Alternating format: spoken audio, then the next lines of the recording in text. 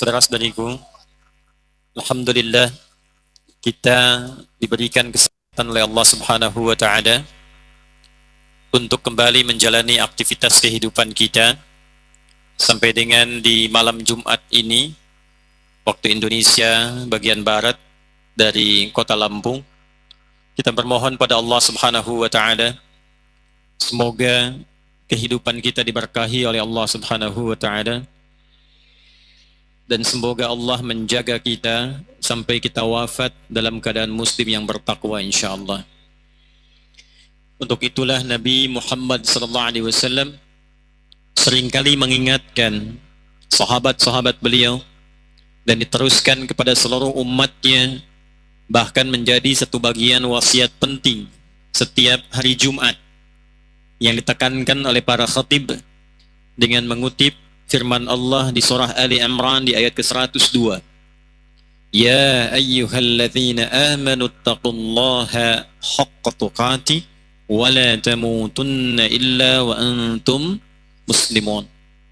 Hai semua yang telah menyatakan dirinya beriman pada Allah Subhanahu wa taala, buktikan keimananmu dengan meningkatkan takwa kepada Allah dengan cara yang benar dan sungguh-sungguh serius. Jadi belum disebut seseorang beriman dengan benar kalau belum membuktikan keimanannya kepada Allah. Cara membuktikan keimanan itu disebutkan dalam Al-Quran dengan bahasa yang singkat dengan kata takwa. Karena itulah saat kita menunaikan ibadah salat, itu salat pembuktian dari iman kita. Karena itu di Quran surah kedua Al-Baqarah di ayat 143 kata salat itu disebut dengan iman. Wa ma kana Allahu liyudhi'a imanakum. Dan Allah tidak akan sekali-kali pun menyia-nyiakan seorang hambanya yang menunaikan salat untuk membuktikan keimanannya kepada Allah. Nah, kata salat itu pertama kali disebutkan dalam Al-Quran bersanding dengan iman setelah kata takwa. Al-Baqarah ayat 2-3. Dzalikal kitabu la raiba fi hudal lil muttaqin. Siapa orang takwa di situ? Ayat 3-nya. Alladzina yu'minuna bil ghaibi wa yuqimunas shalah. Jadi bila ada orang mengaku beriman tapi tidak menunaikan salat, maka ada persoalan dalam imannya. Jika ada orang mengaku beriman tapi malas-malas menunaikan salat, maka ini menunjukkan sedang lemah imannya. Pembuktian iman itu nanti dibagi dua. Ada kaitan kita dengan Allah, disebut habdum minallah, wujudnya ibadah ritual. Seperti sholat tadi. Misal, ini ada kaidah dasarnya di Quran surah 20 Taha ayat ke-14. Innani anallahu la ilaha illa ana fa'budni wa aqimis salata li dzikri. Akulah Allah, kata Allah. Tidak ada Tuhan yang layak dipertuhankan dan disembah kecuali aku. Jika kalian sudah beriman kepada aku, yakin aku satu-satunya Tuhan yang dipertuhankan dan layak disembah, maka fa'budni, buktikan keimanan itu dengan menyembahku. Ibadah. Bagaimana prakteknya ya Allah? Wa aqimis salata li dzikri. Wujudnya dalam bentuk salat. Itu hablum minallah. Kaidahnya disebut dengan takwa. Ada yang kedua. Dan ini pancaran dari hablum minallah. Tidak disebut hablum minallahnya benar kecuali punya tanda-tanda yang kedua ini. Jadi kalau tadi wujudnya sholat, kapan sholat disebut benar? Ketika nampak salah satunya, tanda yang kedua dari bagian takwa. Apa itu? Hablum minan nas, hablum minal makhlukat. Karena itu orang yang sholat disebut benar sholatnya ketika nampak kemudian pasca sholat sikap-sikap baik yang dia praktekkan dalam berkehidupan. Itu yang dimaksud Quran surah ke-29 Al-Ankabut ayat ke-45. Utlu ma uhiya ilaika minal kitab wa aqimis shalah.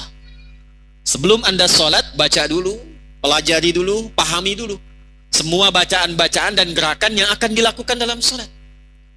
Anda mau bekerja di dunia kan kuliah dulu, belajar. Masuk perusahaan kan ada fase latihan dulu kan, training supaya benar kerjanya. Dengan benar kerja untuk untuk urusan dunia, Anda sampai ikut training, sampai sekolah, supaya mengerti dan paham tugas yang dikerjakan. Masa untuk akhirat Anda, yang saat menghadap Allah bahkan memudahkan urusan dunia kita, ada yang tidak paham dan tidak mengerti apa yang dibaca dan dilakukan dalam sholatnya. Coba dipikir-pikir, direnungkan sampai detik ini, sampai barusan tadi sholat. Dari sekian ruku dan sujud yang ditunaikan, berapa persen bacaan sholat yang bisa dipahami? Bagaimana bisa khusyuk kalau tidak mengerti yang dibaca? Kalau sekedar menggugurkan kewajiban, paham itu bukan syarat. Yang penting rukun dan syaratnya terpenuhi. Dari mulai takbir, berniat sampai dengan salam, terpenuhi, gugur kewajiban. Syaratnya wudunya bagus. Kewajiban gugur. Tapi dengan menggugurkan kewajiban itu, manfaat sholatnya dapat enggak? Kalau cuma menggugurkan wudu yang betul, takbir, dari mulai takbir sampai salam benar, selesai kewajiban. Diberikan pahala. Tapi apa manfaat sholat untuk kehidupan? Inna sholata tanha 'anil fahsya wal munkar. Kalau sholatnya benar, maka di antara manfaatnya, sholat akan mendorong pelakunya itu memiliki ketahanan untuk mencegah dirinya dari perbuatan keji dan mungkar. Intinya, merubah orang itu menjadi lebih baik akhlaknya yang bisa dipraktekkan dalam kehidupan. Karena buruk itu sumbernya cuma dua. Sering saya katakan, kalau bukan fahsya, yaitu mungkar. Fahsya, keburukan yang didorong oleh syahwat. Maaf, pornografi, porno aksi, zina, LGBT, kata-kata jorok, kotor, itu fahsya. Nah, standarnya, paling standar orang sholat itu tidak berbuat fahsya. Jadi kalau ada orang sholat kata-katanya masih kotor, berarti ada yang belum sempurna dalam sholat. Merubah. Kita kan pernah dengar kisah viral di jahiliyah. Betapa banyak kata-kata yang kotor dikeluarkan. Perbuatan zina, maaf ya, informasi saja. Di zaman jahiliyah itu, semua jenis zina itu khatam. Khatam. Tapi ketika mereka masuk Islam dan menunaikan sholat dengan benar, amalan pertama yang dilatih itu bukan zakat. Bukan puasa, bukan haji. Sholat. Ketika sholatnya benar, itu merubah sifat jahiliyah menjadi khairu ummah. Gak ada lagi zina. Pornografi lewat, porno aksi lewat. Tidak ada yang LGBT. Ya, tidak ada yang ditemukan orang sholat kemudian terjebak dalam perbuatan demikian. Mungkar, keburukan yang diingkari oleh hati. Sumbernya dua, nafsu perut dan akal. Maaf, korupsi itu mungkar. Mencuri dengan segala jenisnya mungkar. Menipu mungkar, bikin hoax mungkar, berselisih mungkar. Sampai ke titik tertinggi menumpahkan darah, itu perbuatan mungkar tertinggi. Nah, orang sholat tidak mungkin mengerjakan itu. Kok bisa ada orang sholat, bahkan di masjid yang sama, bacaannya sama, awal sampai akhirnya serupa, tiba kemudian jadi berselisih dan bertengkar. Di mana manfaat sholatnya? Kok bisa ada orang sholat, tiba kemudian bisa mencuri? Di mana manfaat sholatnya? Dari mulai tertukar sendal sampai mengurangi kadar aspal. Akhirnya jalannya rusak-rusak kan? Gitu. Coba lihat, sapi sesapi-sapinya makan rumput, manusia makan aspal. Nah, orang sholat tidak melakukan itu. Tidak melakukan itu. Nah, kita mengoreksi diri maksudnya. Ya, tarik kepada diri pribadi. Kapan manfaat itu didapatkan? Salah satunya, praktekkan ayatnya. Sebelum sholat, pahami dulu, pelajari dulu, sehingga dengan memahami apa yang dibaca itu akan menambah kehusyuan dalam kita menunaikannya. Itu antara takwa, hubungan dengan Allah, dan hubungan dengan manusia, hablum minan nas. Di mana temukan keterangan takwa dengan hablum minan nas? Itu di Ali Imran ayat 133 sampai dengan 134 setidaknya. Sama-sama muttaqin. Yang Al-Baqarah 2 sampai dengan 5 itu hablum minallah, yang ini hablum minan nas. Wasari'u ila maghfiratin min rabbikum wa jannatin 'arduha as-samawati wal ardu u'iddat lil muttaqin. Siapa muttaqin di sini? Ayat 134-nya, alladzina yunfiquna fis sarra'i wad dharra, gemar berbagi. Wal kadhiminal ghaidha, menahan amarah ketika diprovokasi. Wal 'afina 'anin nas, banyak memaafkan, karena wajar setiap manusia punya salah. Yang tidak wajar itu setelah salah tidak mau memperbaiki. Jadi bedanya manusia dengan setan itu salah, nggak mau tobat. Kalau manusia salah, mau bertobat. Jadi kalau ada manusia berbuat salah tidak mau bertobat, patut dipertanyakan, dia manusia atau Jangan terlalu serius melihat ke sini. Ya. Karena itu saya ingin mengajak untuk mengingatkan sebelum kita memulai. Kita belum mulai ini ya. Ya. Saya ingin ingatkan dulu, mumpung masih diberikan kehidupan. Dijaga pesan-pesan yang Nabi tekankan tadi, karena kita sudah memasuki Jumat saat ini, dan wasiat pertama dalam Jumat itu wasiat takwa. Mumpung belum kembali. Karena tadi imam kita membacakan Quran surah ke-21 Al-Anbiya ayat 30 sampai dengan 35. Secara singkatnya Allah menyampaikan, apa Anda itu enggak berpikir? Kata Allah, saya menciptakan alam semesta itu lebih kompleks, lebih sulit dibandingkan dengan manusia, tapi mudah bagi Allah. Dari mulai kemudian terjadinya perpisahan antara langit dengan bumi dengan Big Bang, ledakan besar. Awalam yaral ladzina kafaru anna as-samawati wal arda kanata ratqan fafataqnahuma. Lalu penciptaan manusia, menciptakan langit tanpa tiang yang terjaga. Di bumi dijadikan pasak-pasaknya gunung-gunung yang kokoh, yang kita lihat semuanya itu. Jadi kita tuh menyaksikan semua ciptaan Allah. Setelah itu apa? Kata Allah, kalau engkau sudah saksikan begitu hebatnya, begitu kuatnya, begitu dahsyatnya Allah mencipta itu semua, apalagi engkau yang begitu mudahnya. Yang paling menarik adalah kalau sudah sadar dengan ketuhanan Allah, cepat berbekal dengan baik sebelum pulang. Karena ayat 35-nya itu kullu nafsin dha'iqatul. Kita bertanya bagaimana cara berbekalnya ya Allah? Pandai-pandai melihat bekal yang Allah titipkan kepadamu. Ada yang kau lihat baik, syukuri. Harta, syukuri. Ilmu, syukuri. Anak-anak, keluarga bahagia, syukuri. Bagaimana mensyukurinya? Belajar ilmunya.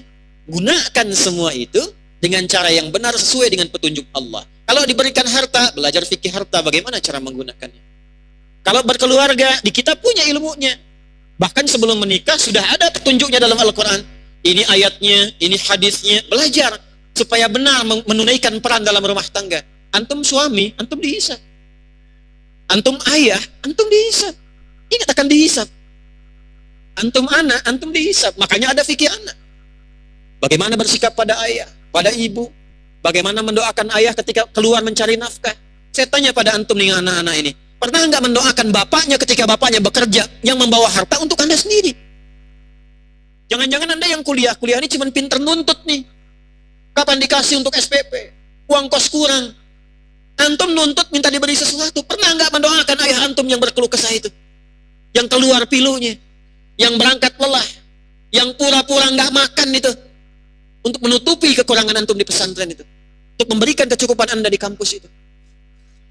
Pernah nggak mendoakan ibu yang sabar tiap malam tahajud? Kadang-kadang beliau memilih untuk nggak makan paginya supaya uangnya nyampe ke antum, bekalnya cukup, tidak direndahkan oleh teman-teman. Itu ada fikihnya. Fikih. Nah, itu yang kita butuhkan sekarang. Sebelum meninggal, kata Allah, berbekal yang baik. Kalau bisa jadi orang baik, kenapa memilih yang salah? Ini Allah kasih lisan, dari tubuh kita aja dulu jangan keluar. Allah kasih mulut, lisan. Kalau bisa berkata yang baik, kenapa harus keluar kata-kata yang kotor? Ya ayyuhalladzina amanu, hei orang-orang yang merasa beriman. Beda orang beriman dengan belum beriman. La yasraqu minkum. Jangan saling mencela. La yaghtab ba'dukum ba'dha, jangan berghibah. Man kana yu'minu billahi wal yawmil akhir falyakul khairan aw liyasmut. Siapa yang masih merasa beriman dan dihisab oleh Allah di hari kiamat, yakin akan meninggal, gunakan lisannya berkata yang baik, tak mampu dia. Sudah berapa kali sampai detik ini lisan digunakan untuk berkata yang tidak baik. Padahal merasa beriman. Dan di ayat ke-30 itu kan penutupnya, afala yu'minun, apakah masih merasa punya iman? Dipertaruhkan imannya. Itu baru dalam diri kita. Menjadi bagian dari keluarga. Dengan tetangga, di kantor, menggunakan harta, semua lengkap fikihnya.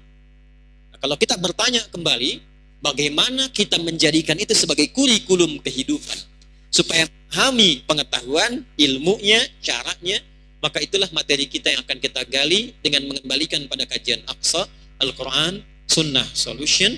Insya Allah di hari ini kita akan masuki penutup ayat 31 dan memasuki ayat yang ke-32 di surah Al-Baqarah. Tema besarnya adalah peran ilmu dalam memudahkan urusan kehidupan. peran ilmu dalam memudahkan urusan kehidupan. Baik, kita mulai materi kita. Halo? Kenapa jadi diam seperti ini? Baik, ayo kita niatkan yang ikhlas ya. Semoga Allah muliakan kita sebelum berpulang insyaallah. Bismillahirrahmanirrahim. A'udzu billahi minasyaitonir rajim. Bismillahirrahmanirrahim. Allah Subhanahu wa taala berfirman di surah Al-Baqarah surah kedua di ayat 31. Wa 'allama Adama al-asma'a kullaha.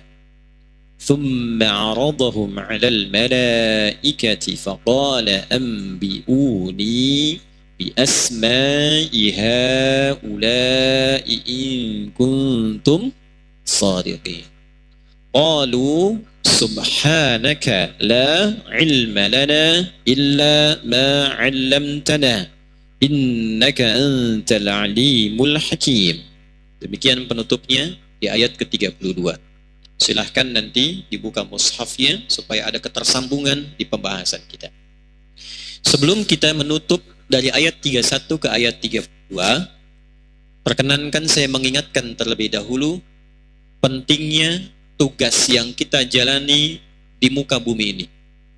Jangan-jangan selama hidup ada yang belum paham apa yang harus dilakukan dalam kehidupannya di bumi ini.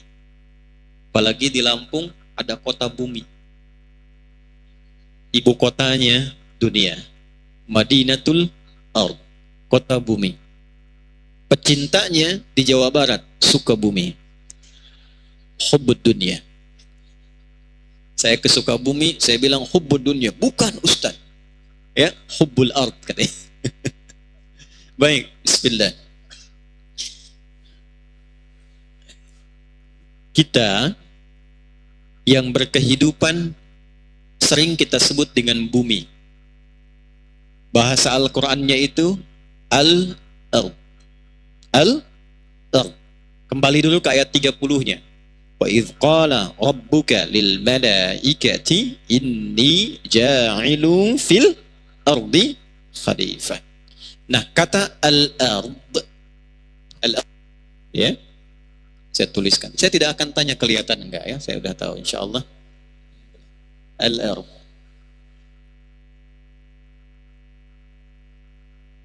Al-ard. Ini asalnya tempat yang dipijak. Saya ulang. Asalnya apa? Tempat yang dipijak. Karena itu spesifik menggunakan alif lam. Ada yang mengartikan buminya, karena umumnya manusia berkehidupan di sini. Ada yang dari planet Mars sedang mampir ke sini? Tidak ada ya. Semua kan berasal dari mana? Dari bumi. Nah, pelan-pelan. Tapi tugas kita, yang dimaksudkan tugasnya, bukan untuk bumi seutuhnya. Tidak.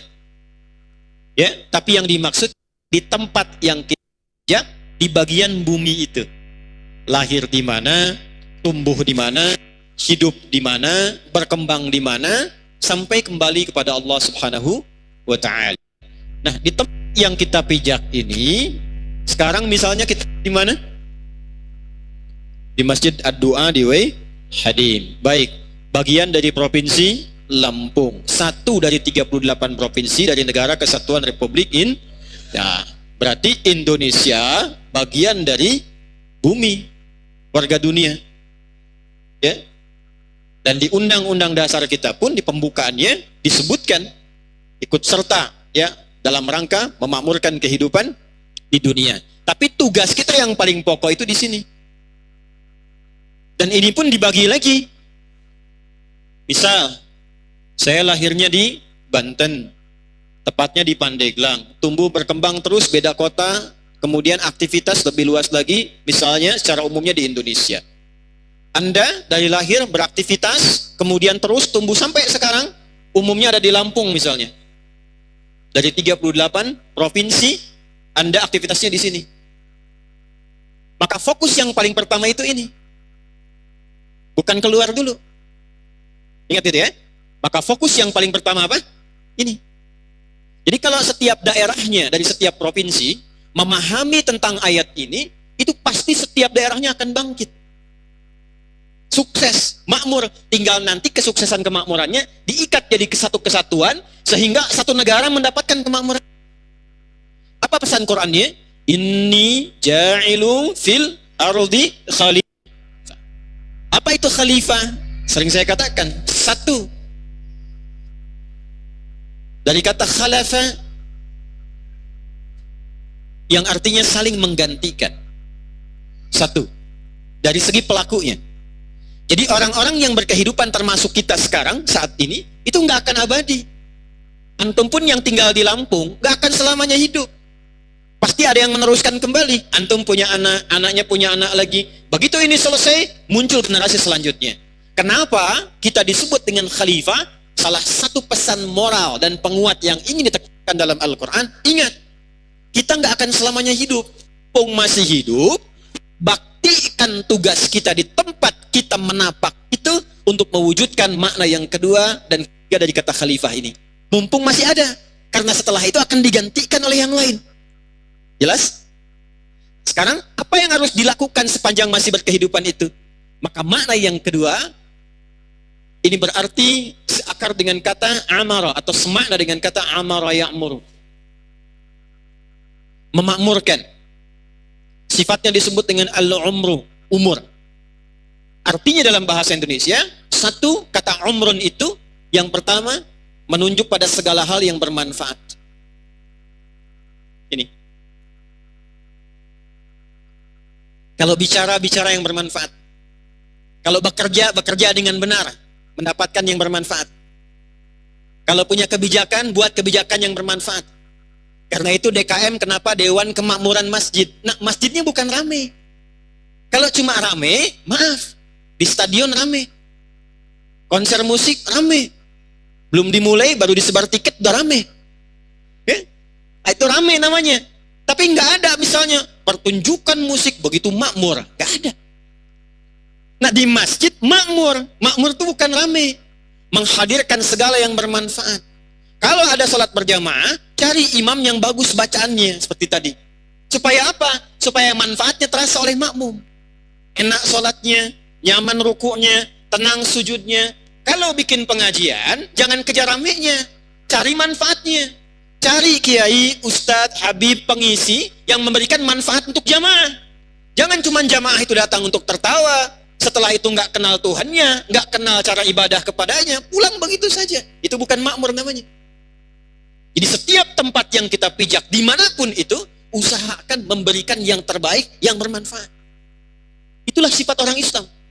Makanya kemanapun orang Islam itu beraktivitas, pergi kemanapun, itu selalu di Quran dilukiskan dengan kata fatah.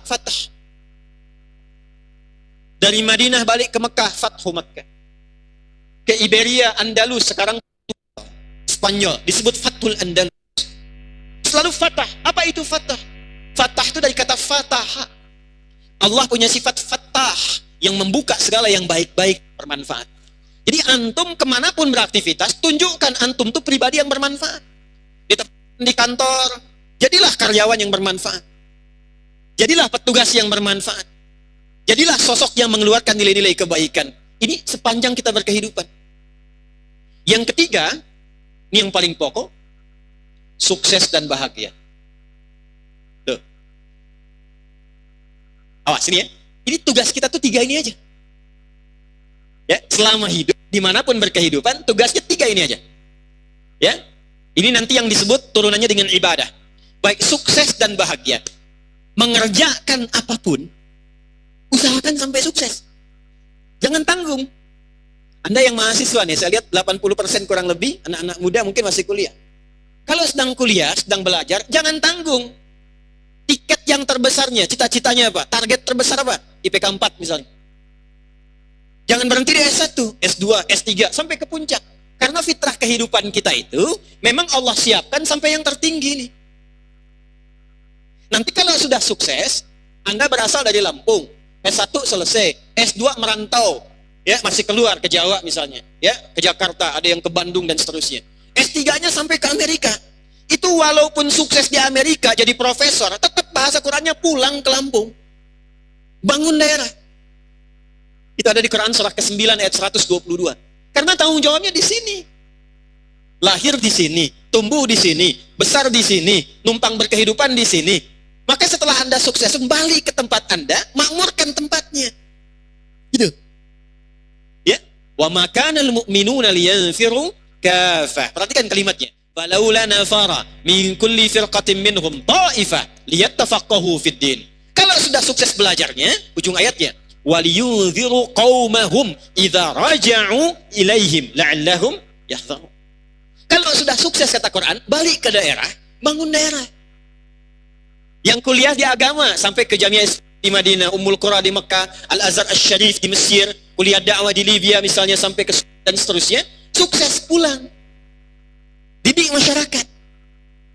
Nah, itu tanggung jawab kita. Itu yang disebut dengan khalifah fil ard namanya. Merantau boleh, sukses di luar boleh, tapi jangan lupakan tempat yang kita pijak. Itu dasarnya. Antum yang pengusaha, saya yakin di sini ada yang berusaha, berdagang, bisnisnya sukses. Coba, kalau sudah sukses, hartanya cukup banyak, bukankah ada kewajiban zakat? Perhatikan, bagaimana rumus zakat. Ini saya perhatikan sekarang ini, ada tata kelola yang bagus semangatnya, tapi kurang mengacu kepada hadis dalam proses distribusinya. Apa kata Nabi dalam bab zakat? Tu'khadhu min aghniyaihim. Ada orang-orang Lampung, pebisnis, pengusaha, kaya nih, hartanya cukup banyak, bukan cuma level miliaran, sekarang triliunan misalnya, ya, kena wajib zakat 2,5%. Tu'khadhu min aghniyaihim, ambil yang sudah memenuhi kualifikasi ini, yang kaya-kayanya, wa turaddu 'ala fuqaraihim, distribusikan di daerah dia dulu di situ. Jadi polanya bukan store ke pusat dulu. Misal di sini misalnya, ini daerahnya apa? Wai Halim, misalnya. Di Wai Halim, potensi zakatnya 1 miliar misalnya. Baik. Nah, ketika kemudian dapat ini, jangan setorkan ke pusat dulu. Distribusikan di daerah Wai Halim dulu, yang memang menjadi mustahik zakat. 8 golongan. Setelah terpenuhi di sini, ada lebih misalnya 200 juta. Ini yang disetor ke atas. Semua kelebihan setiap daerah setorkan ke atas, nanti ini yang didiskusikan ke daerah-daerah lain. Jadi prinsipnya, walaupun antum sukses dari segi harta, Islam itu daerahnya dulu. Jadi kalau semua putra daerah memiliki kesadaran yang sama membangun daerahnya, semua dari mulai Merauke, dari mulai Sabang sampai ke Merauke, sampai setiap detilnya, saya yakin semua tempat yang dipijak di setiap negeri akan makmur dan sukses. Nah, Islam itu dasarnya begitu. Untuk memudahkan itu semua, apa yang kita lakukan? Kita terkoneksi dengan Allah, minta petunjuk Allah, minta kebaikan. Makanya kita sholat itu minta petunjuk. Kita puasa itu melatih diri dengan baik. Kita haji itu belajar pedoman berkehidupan supaya pulang dipraktikkan. Ya, makanya apa yang terjadi ketika Nabi hijrah? Hijrah Nabi itu dari Mekah kemana? Tuh, salah kan? Udah kenceng, salah. Tapi nggak apa-apa supaya kedengaran dibetulkan. Ya, Nabi hijrah dari Mekah kemana? Yasrib. Yasrib. Pertanyaan saya, Yasrib sama tidak dengan Madinah? Tempatnya sama, tapi keadaannya berbeda. Saat Nabi hijrah, tempatnya tertinggal. Pasarnya tidak merata. Pasar dimonopoli, kecurangannya banyak, sampai terkenal begini. Kalau ingin tahu pasar paling curang daerah Hijaz, itu Yasrib. Pertikaiannya tinggi. 2 suku besar, itu bertikai 600 tahun tidak pernah selesai, Aus dan Khazraj. Kalau ada yang meninggal di Aus, Khazraj harus meninggal. Kalau luka di Khazraj, luka di Aus. Gak pernah selesai. Konfliknya tinggi, maaf, secara ekonomi juga tertinggal, pasarnya kacau. Datang Nabi ke situ, mempraktekkan konsep ini. Dibimbing oleh Allah dengan pedoman yang sangat luar biasa. Menyiapkan generasi dari 40 orang, dikenal dengan As-Sabiqun Al-Awwalun. Di Makkah itu Nabi mendidik orang-orang tertentu, itu 40 orang. As-Sabiqun Al-Awwalun. Nyampe ke Yasrib cuma 2 tahun dipraktekkan berubah jadi suasana kota. Pasarnya stabil, konflik reda, spiritualnya bagus. Ingat pesan saya tadi, untuk memulai kan terkoneksi dengan Allah kan? Makanya Nabi pertama kali itu masjid, Nabi gak bangun apartemen. Datang pertama kali ke situ yang dibangun apa? Masjid. Menenangkan hati semua orang. Jadi kalau orang hatinya sudah tenang, secara spiritual bagus hubungan dengan Allahnya, menatanya lebih mudah. Maka apa yang terjadi? Dalam waktu yang singkat, ekonominya stabil. politiknya stabil, yang bertikai damai. Jadi suasana kota menginspirasi. Dalam bahasa Arab, suasana kota yang menginspirasi disebut dengan Al-Madinah Al-Munawwarah.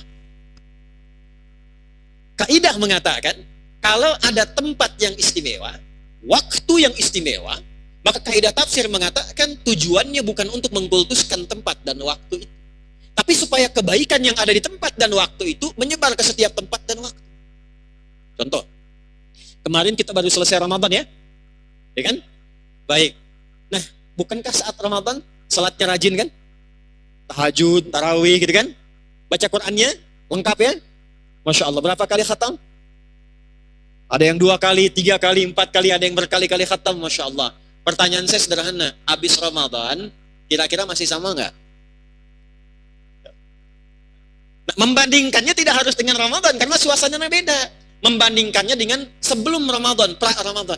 Kalau Ramadan, sholat malam, sebelum Ramadan nggak pernah sholat malam. Setelah kita menyelesaikan Ramadan, walaupun cuma 2 rakaat, karena dilatih saat Ramadan, itu tandanya sukses Ramadan. Sebelum Ramadan, baca Quran cuma 1 ayat. Nun, udah gitu. Ramadan khatam 6.234 ayat. Ya. Kemudian pasca Ramadan, jadi 1 halaman setiap hari. Itu tandanya sukses Ramadannya. Berhasil. Kalau bandingkan jangan sama Ramadan. Ojo dibandingkan itu. Nggak sama, situasinya berbeda. Keadaannya tak sama. Bandingkan dengan pra-Ramadan. Kalau kebiasaan kita lebih baik dari itu, sukses namanya. Nah, itu yang dimaksud aura Ramadan masih menyebar pasca Ramadan. Antum haji, umrah ke Mekah misalnya. Kan saat di Mekah ibadah enak ya. Rajin mendekat ke Ka'bah, lama di masjid. Suksesnya haji dan umrah itu bukan mengkultuskan Mekah dan Madinahnya. Bukan perkara mengupload foto-foto dan selfie.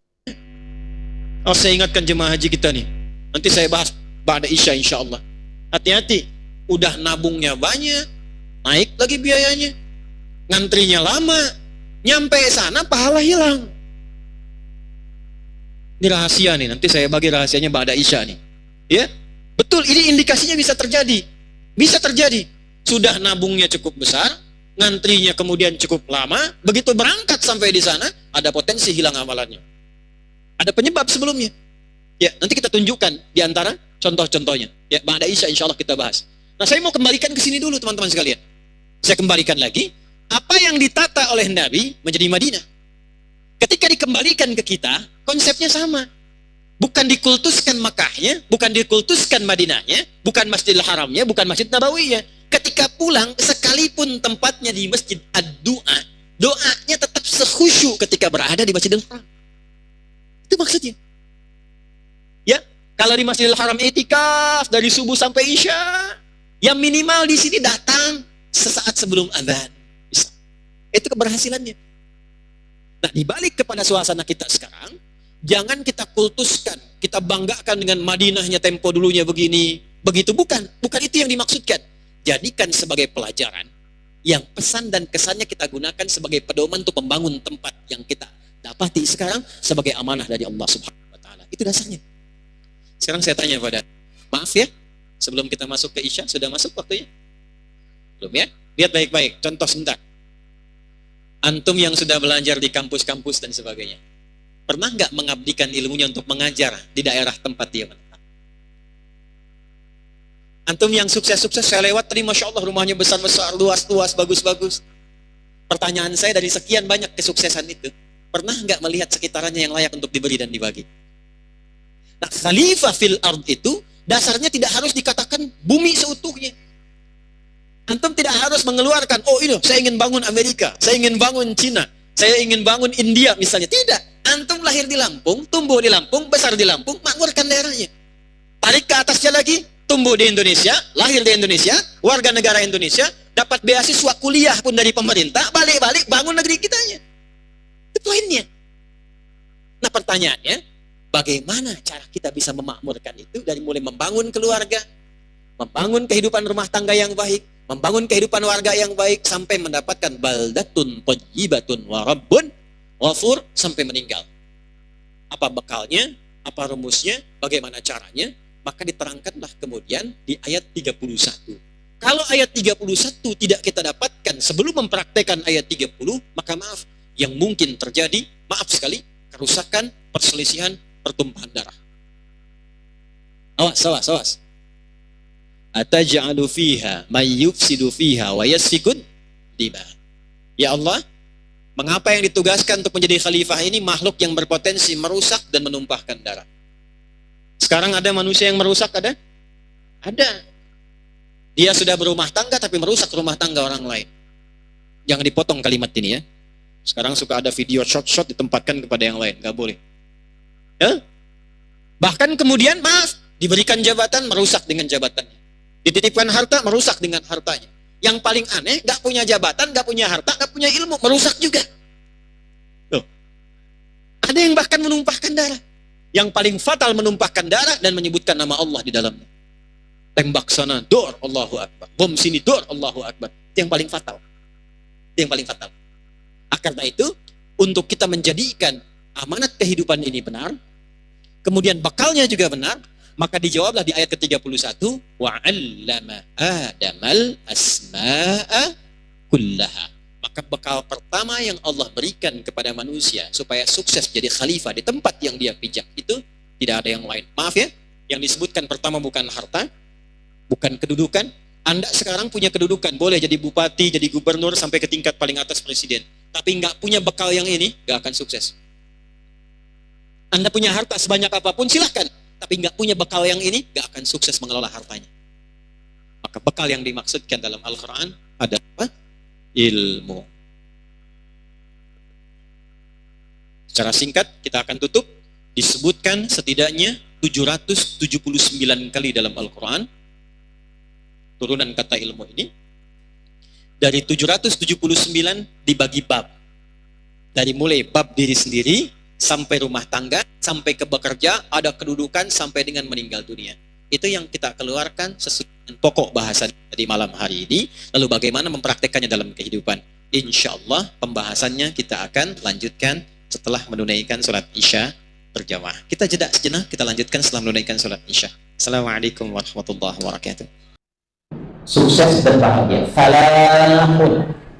Orangnya disebut dengan muflih, jamarnya muflihun. Falah itu menjadi aflah. Nah, orang beriman itu visi hidupnya mesti menggenggam kesuksesan dan kebahagiaan. Jadi kalau Anda berdagang, jangan tanggung, mesti sukses. Berusaha sampai sukses ke tingkat maksimal yang bisa diraih. Kalau sudah didapatkan, maka kreasi kesuksesan itu jadi kebahagiaan. Karena tidak sedikit orang sukses yang tidak bahagia. Saya perhatikan ada orang-orang kaya, pekerjaannya tuh luar biasa banyak, tapi pekerjaannya tiap hari menghindari stres, malam kangkung, cari bibit tomat, yang nggak kuat lompat dari jembatan. Padahal bukan tidak kaya, kayanya luar biasa. Nah, orang beriman itu balance, seimbang antara sukses dan bahagia. Jangan sampai di pekerjaan tangga bermasalah. Nah, ketika orang beriman menggenggam kebahagiaan itu oleh Tuhan diungkapkan dengan satu ayat penuh. Disebutnya dengan surat orang-orang beriman, surah 23 ayat pertama. Qad aflahal mu'minun. Aflah. Lalu diperbanyak dan bahagia itu namanya falah. 5 kali dalam sehari. Ya, di telinga kita, bahasa Arab di telinga itu udhun. Jamaknya adzan. 5 kali dalam sehari. Bersyukurnya kita sebagai orang Islam itu diingatkan 5 kali dalam sehari mesti sukses dan bahagia. Bangun tidur, ya, bangun tidur pernah nggak dengar kalimat ini? Hayya 'alal falah, pernah? Itu kalau bangunnya nggak telat. Tentu harap dengar kalimat ini. Di sini akan subuh jam berapa?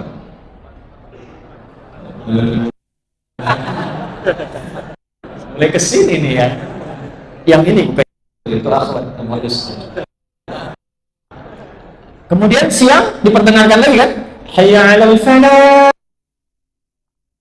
Demikian sampai mau tidur diingatkan lagi. Hei Anda yang kerja dari subuh sampai malam, udah sukses belum? Kalau sukses, udah bahagia belum? Jangan-jangan mimpi tentang itu insan beriman tuh. Kita hadirkan selama hidup dan konsepnya akhirat. Jangan sampai di dunianya diri sebagai orang sukses, di akhirat terancam. Karena kesuksesan itu di Quran dibagi dua. Ada yang orientasi dunia saja, ada yang paket dunia akhirat. Di Quran surah kedua ayat 200 itu yang dunia saja. Wa minan nasi may yaqulu atina fid dunya. Kalau belum hafal jangan ngarang. Wa ma lahu fil akhirati min khalaq. Oh.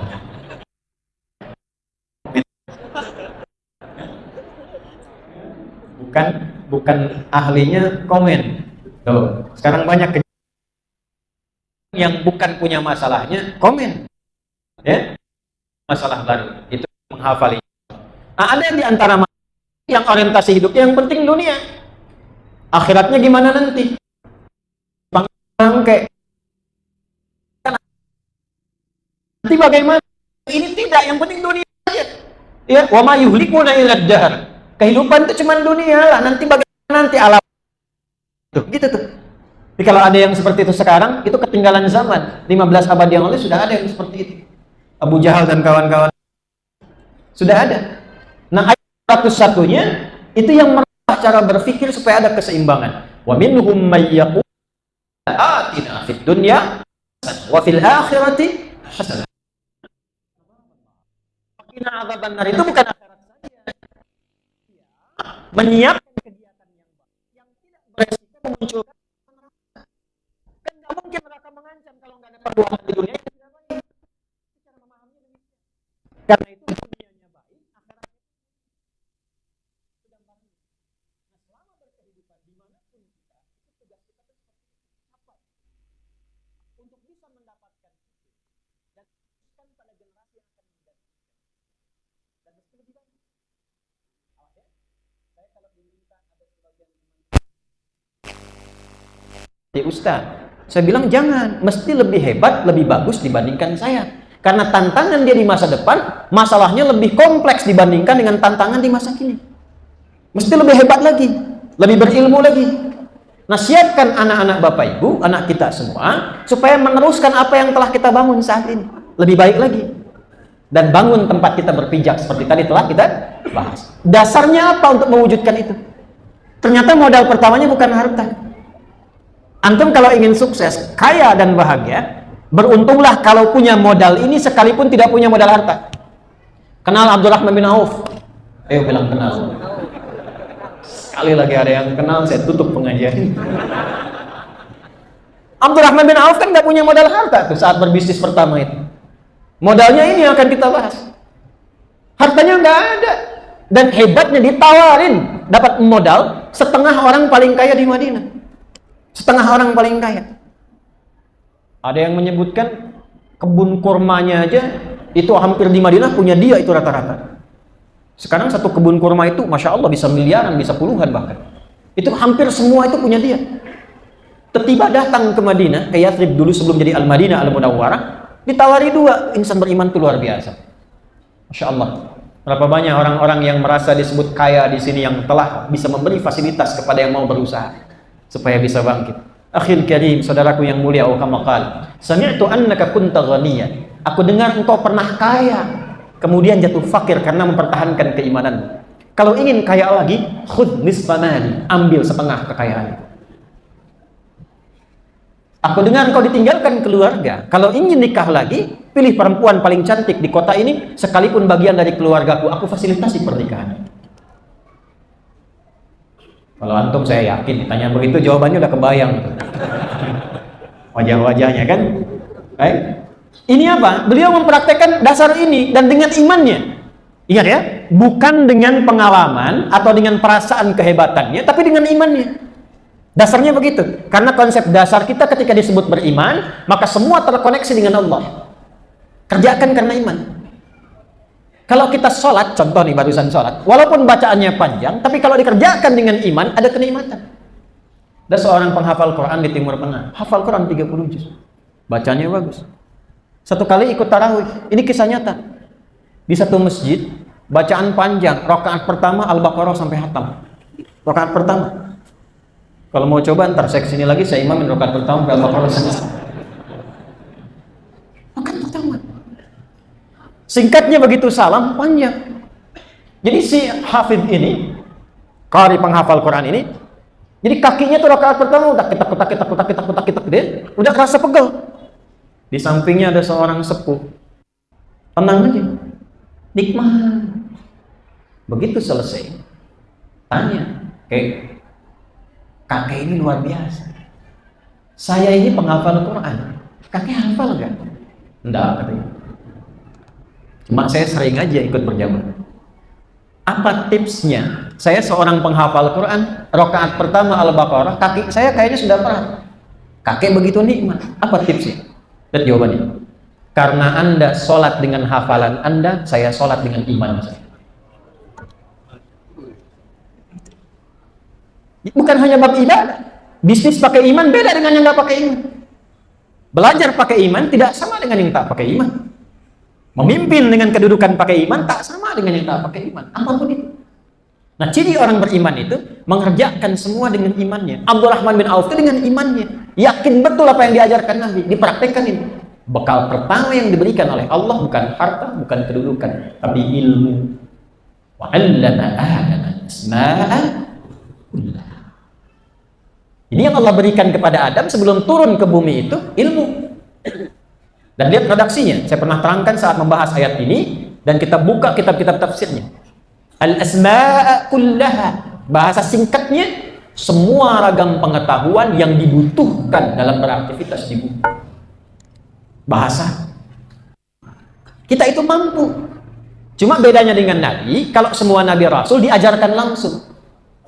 Di tafsir Al-Khazin itu Adam diajarkan ratusan ribu bahasa, kemampuan-kemampuan untuk menyesuaikan dengan kegiatan-kegiatan di bumi, bertani, bercocok tanam dan sebagainya. Nah, karena kita bukan Nabi, kita diberi potensi. Nah, potensi itu yang harus diaktifkan. Kalau Nabi diajarkan langsung, karena punya tugas langsung dari Allah. Nabi Adam diajarkan sampai ke Nabi Muhammad SAW diajarkan. Semua langsung ditanamkan, diinstal. Nabi kan ingin menghafal Quran dengan kemampuannya kan? Saat pertama kali dibacakan itu, Iqra bismi rabbikal ladzi khalaq, itu pengen menghafal dengan kemampuannya. Allah berkehendak lain. Quran surah 75 ayat 16 sampai 18. La tuharrik bihi lisanaka lita'jala bi. Inna 'alaina jam'ahu wa qur'ana. Fa idza qara'nahu fattabi' Muhammad SAW. Jangan engkau cepat-cepat menggerakkan lisanmu karena ingin cepat menghafalkannya. Nah, ini sudah tabiat fitrah para penghafal Quran. Kalau pengen cepat hafal tuh cepat-cepat membacakannya. Kalau nggak percaya silakan. Alif lam mim dzalikal kitabul la raiba fihi. Cepat-cepat. Kata Allah jangan cepat-cepat digerakkan itu. Ya, beda memahami dengan menghafal itu beda. Kalau menghafal usahakan dibaca dengan keras supaya terdengar telinga. Jadi yang melihat dengan yang mendengar itu seimbang. Kalau memahami, baca pelan-pelan supaya hatinya mampu merasakan. Ya, itu tipsnya diantaranya. Kata Allah jangan cepat-cepat gerakan lisanmu karena kamu berusaha ingin menghafalkannya. Dengan keagunganku, Quran akan ditanamkan dalam jiwamu. Allah langsung yang tanamkan, diajarkan. Cuma ikhtiar Nabi, cuma ikuti malaikat. Fa idza qara'nahu fattabi' Qur'ana. Nabi cuma ikutin, langsung terinstall dalam jiwanya. Kita belum tentu bisa begitu, tapi potensinya ada. Jadi kita ini makhluk yang Allah ciptakan dengan semua potensi kemampuan yang menyesuaikan dengan apa yang kita pilih. Antum mau jadi apa? Itu silahkan gali potensinya. Ingat, tidak ada manusia bodoh. Tidak ada. Cuma di lagu. Itu pun bandnya sudah nggak ada sekarang. Padahal ada band kan, sudah nggak ada. Saya nggak terlalu ini ya, nyambung. Dan saya memang karena kita di Quran gelombangnya beda gitu, ya nggak dekat dan nggak terlalu suka dengan musik, ya. Jadi nggak terlalu nyambung. Tapi saya meriset hukum musik, hafal saya, ya. Oh ini sampai yang keluar untuk memetakan mana yang disebut haram, mana yang dibolehkan dengan syarat. Jadi kita komprehensif melihat gitu.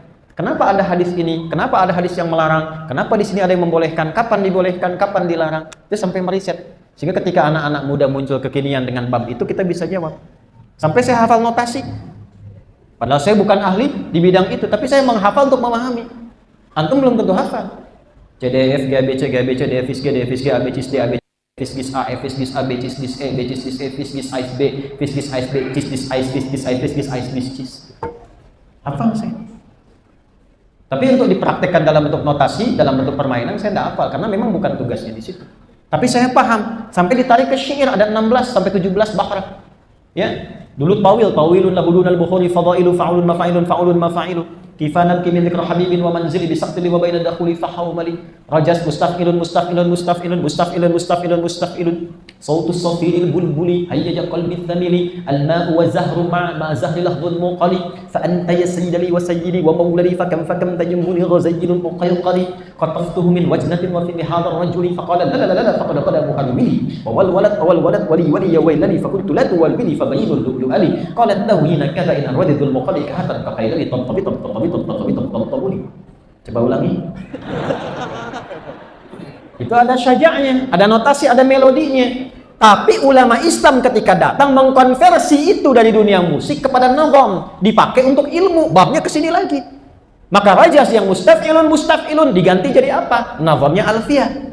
Kalamuna lafzun mufidun kastaqim wasmun wa fi'lun thumma harfunil kalim wahiduhu kalimatun wal qawlu am wa kalimatun biha kalamun qad yu'am bil jarri wat tanwi'i wan nida wa al musnadin lil ismi tamyizun hasal bi tafa'alti atat wa ya'id 'anni wa nunik balanna fi'lun yanjali. 1002 bait hafal itu khatam kaidah bahasa.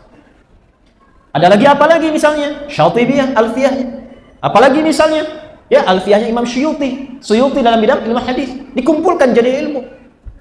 Begitu ditinggalkan balik lagi ke notasi, muncul lagi kemudian yang sekarang rame-rame dan seterusnya. Ini umat Islam tuh kalau melihat sesuatu berkualitas. Karena apa? Karena imannya. Di tangan orang Islam apapun bermanfaat. Apapun itu.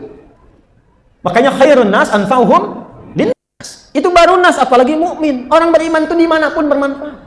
Antum suami beriman tak mungkin menyakiti pasangannya. Demikian sebaliknya. Orang tua beriman tak mungkin mencelakai anaknya. Demikian sebaliknya. Anak beriman tak mungkin durhaka pada kedua orang tuanya. Itu iman. Makanya buktikan kebanggaan kita itu saat beriman di hadapan Allah. Buktikan itu. Jadi antum tuh masuk kerja jujur, disiplin, bagus, bukan karena tuntutan pekerjaannya, karena Anda beriman. Itu. Ketika ditanya, Bapak itu disiplin betul, apa rahasianya? Karena saya beriman kepada Allah. Itu jawaban. Anda dapat penghargaan. Pegawai paling jujur, ditanya sama moderator, apa tipsnya? Karena saya beriman kepada Allah. Allah yang memerintahkan saya berbuat seperti ini. Kalimat antum kalau ikhlas jadi hidayah, akhi. Hidayah. Nah, tapi yang penting dipahami, Allah tanamkan potensi dalam jiwa kita. Nih teman-teman yang muda-muda menjadi apapun. Anda mau belajar apapun, itu bisa dilakukan. Karena potensinya ada. Jangan pernah Anda simpulkan hanya si fulan yang bisa begitu. Tidak, semua kita punya potensi. Mau bahasa apapun. Apalagi orang Indonesia, lidahnya begitu mudah, lunak untuk bahasa apapun. Ya, Indonesia itu luar biasa.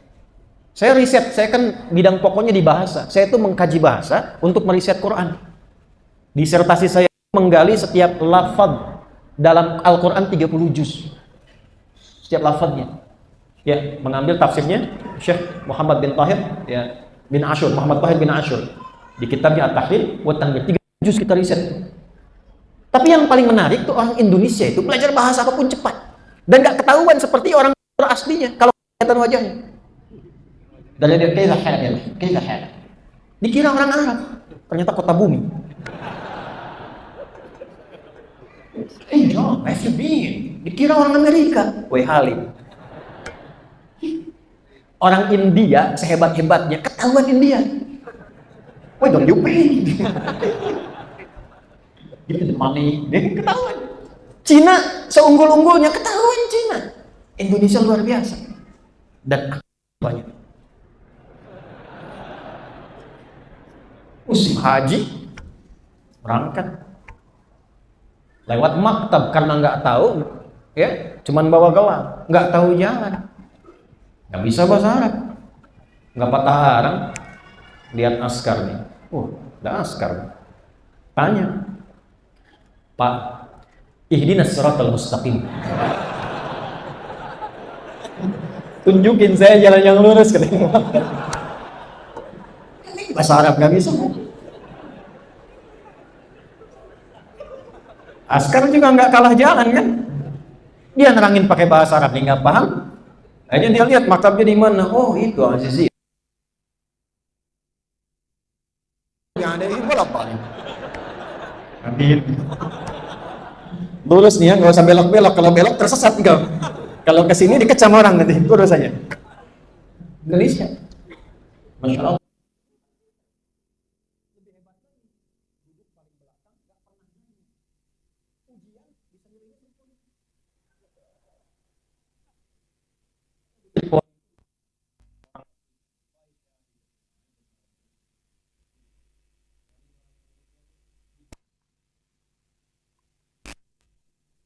Nah, bisa. Kenapa? Kita tuh mau ujian. Saya nyiapin 3 bulan sebelumnya. Itu si Fulan tuh, kenceng banget si Fulan tuh, Indonesia. Dia pinjem catatan saya malam ujian.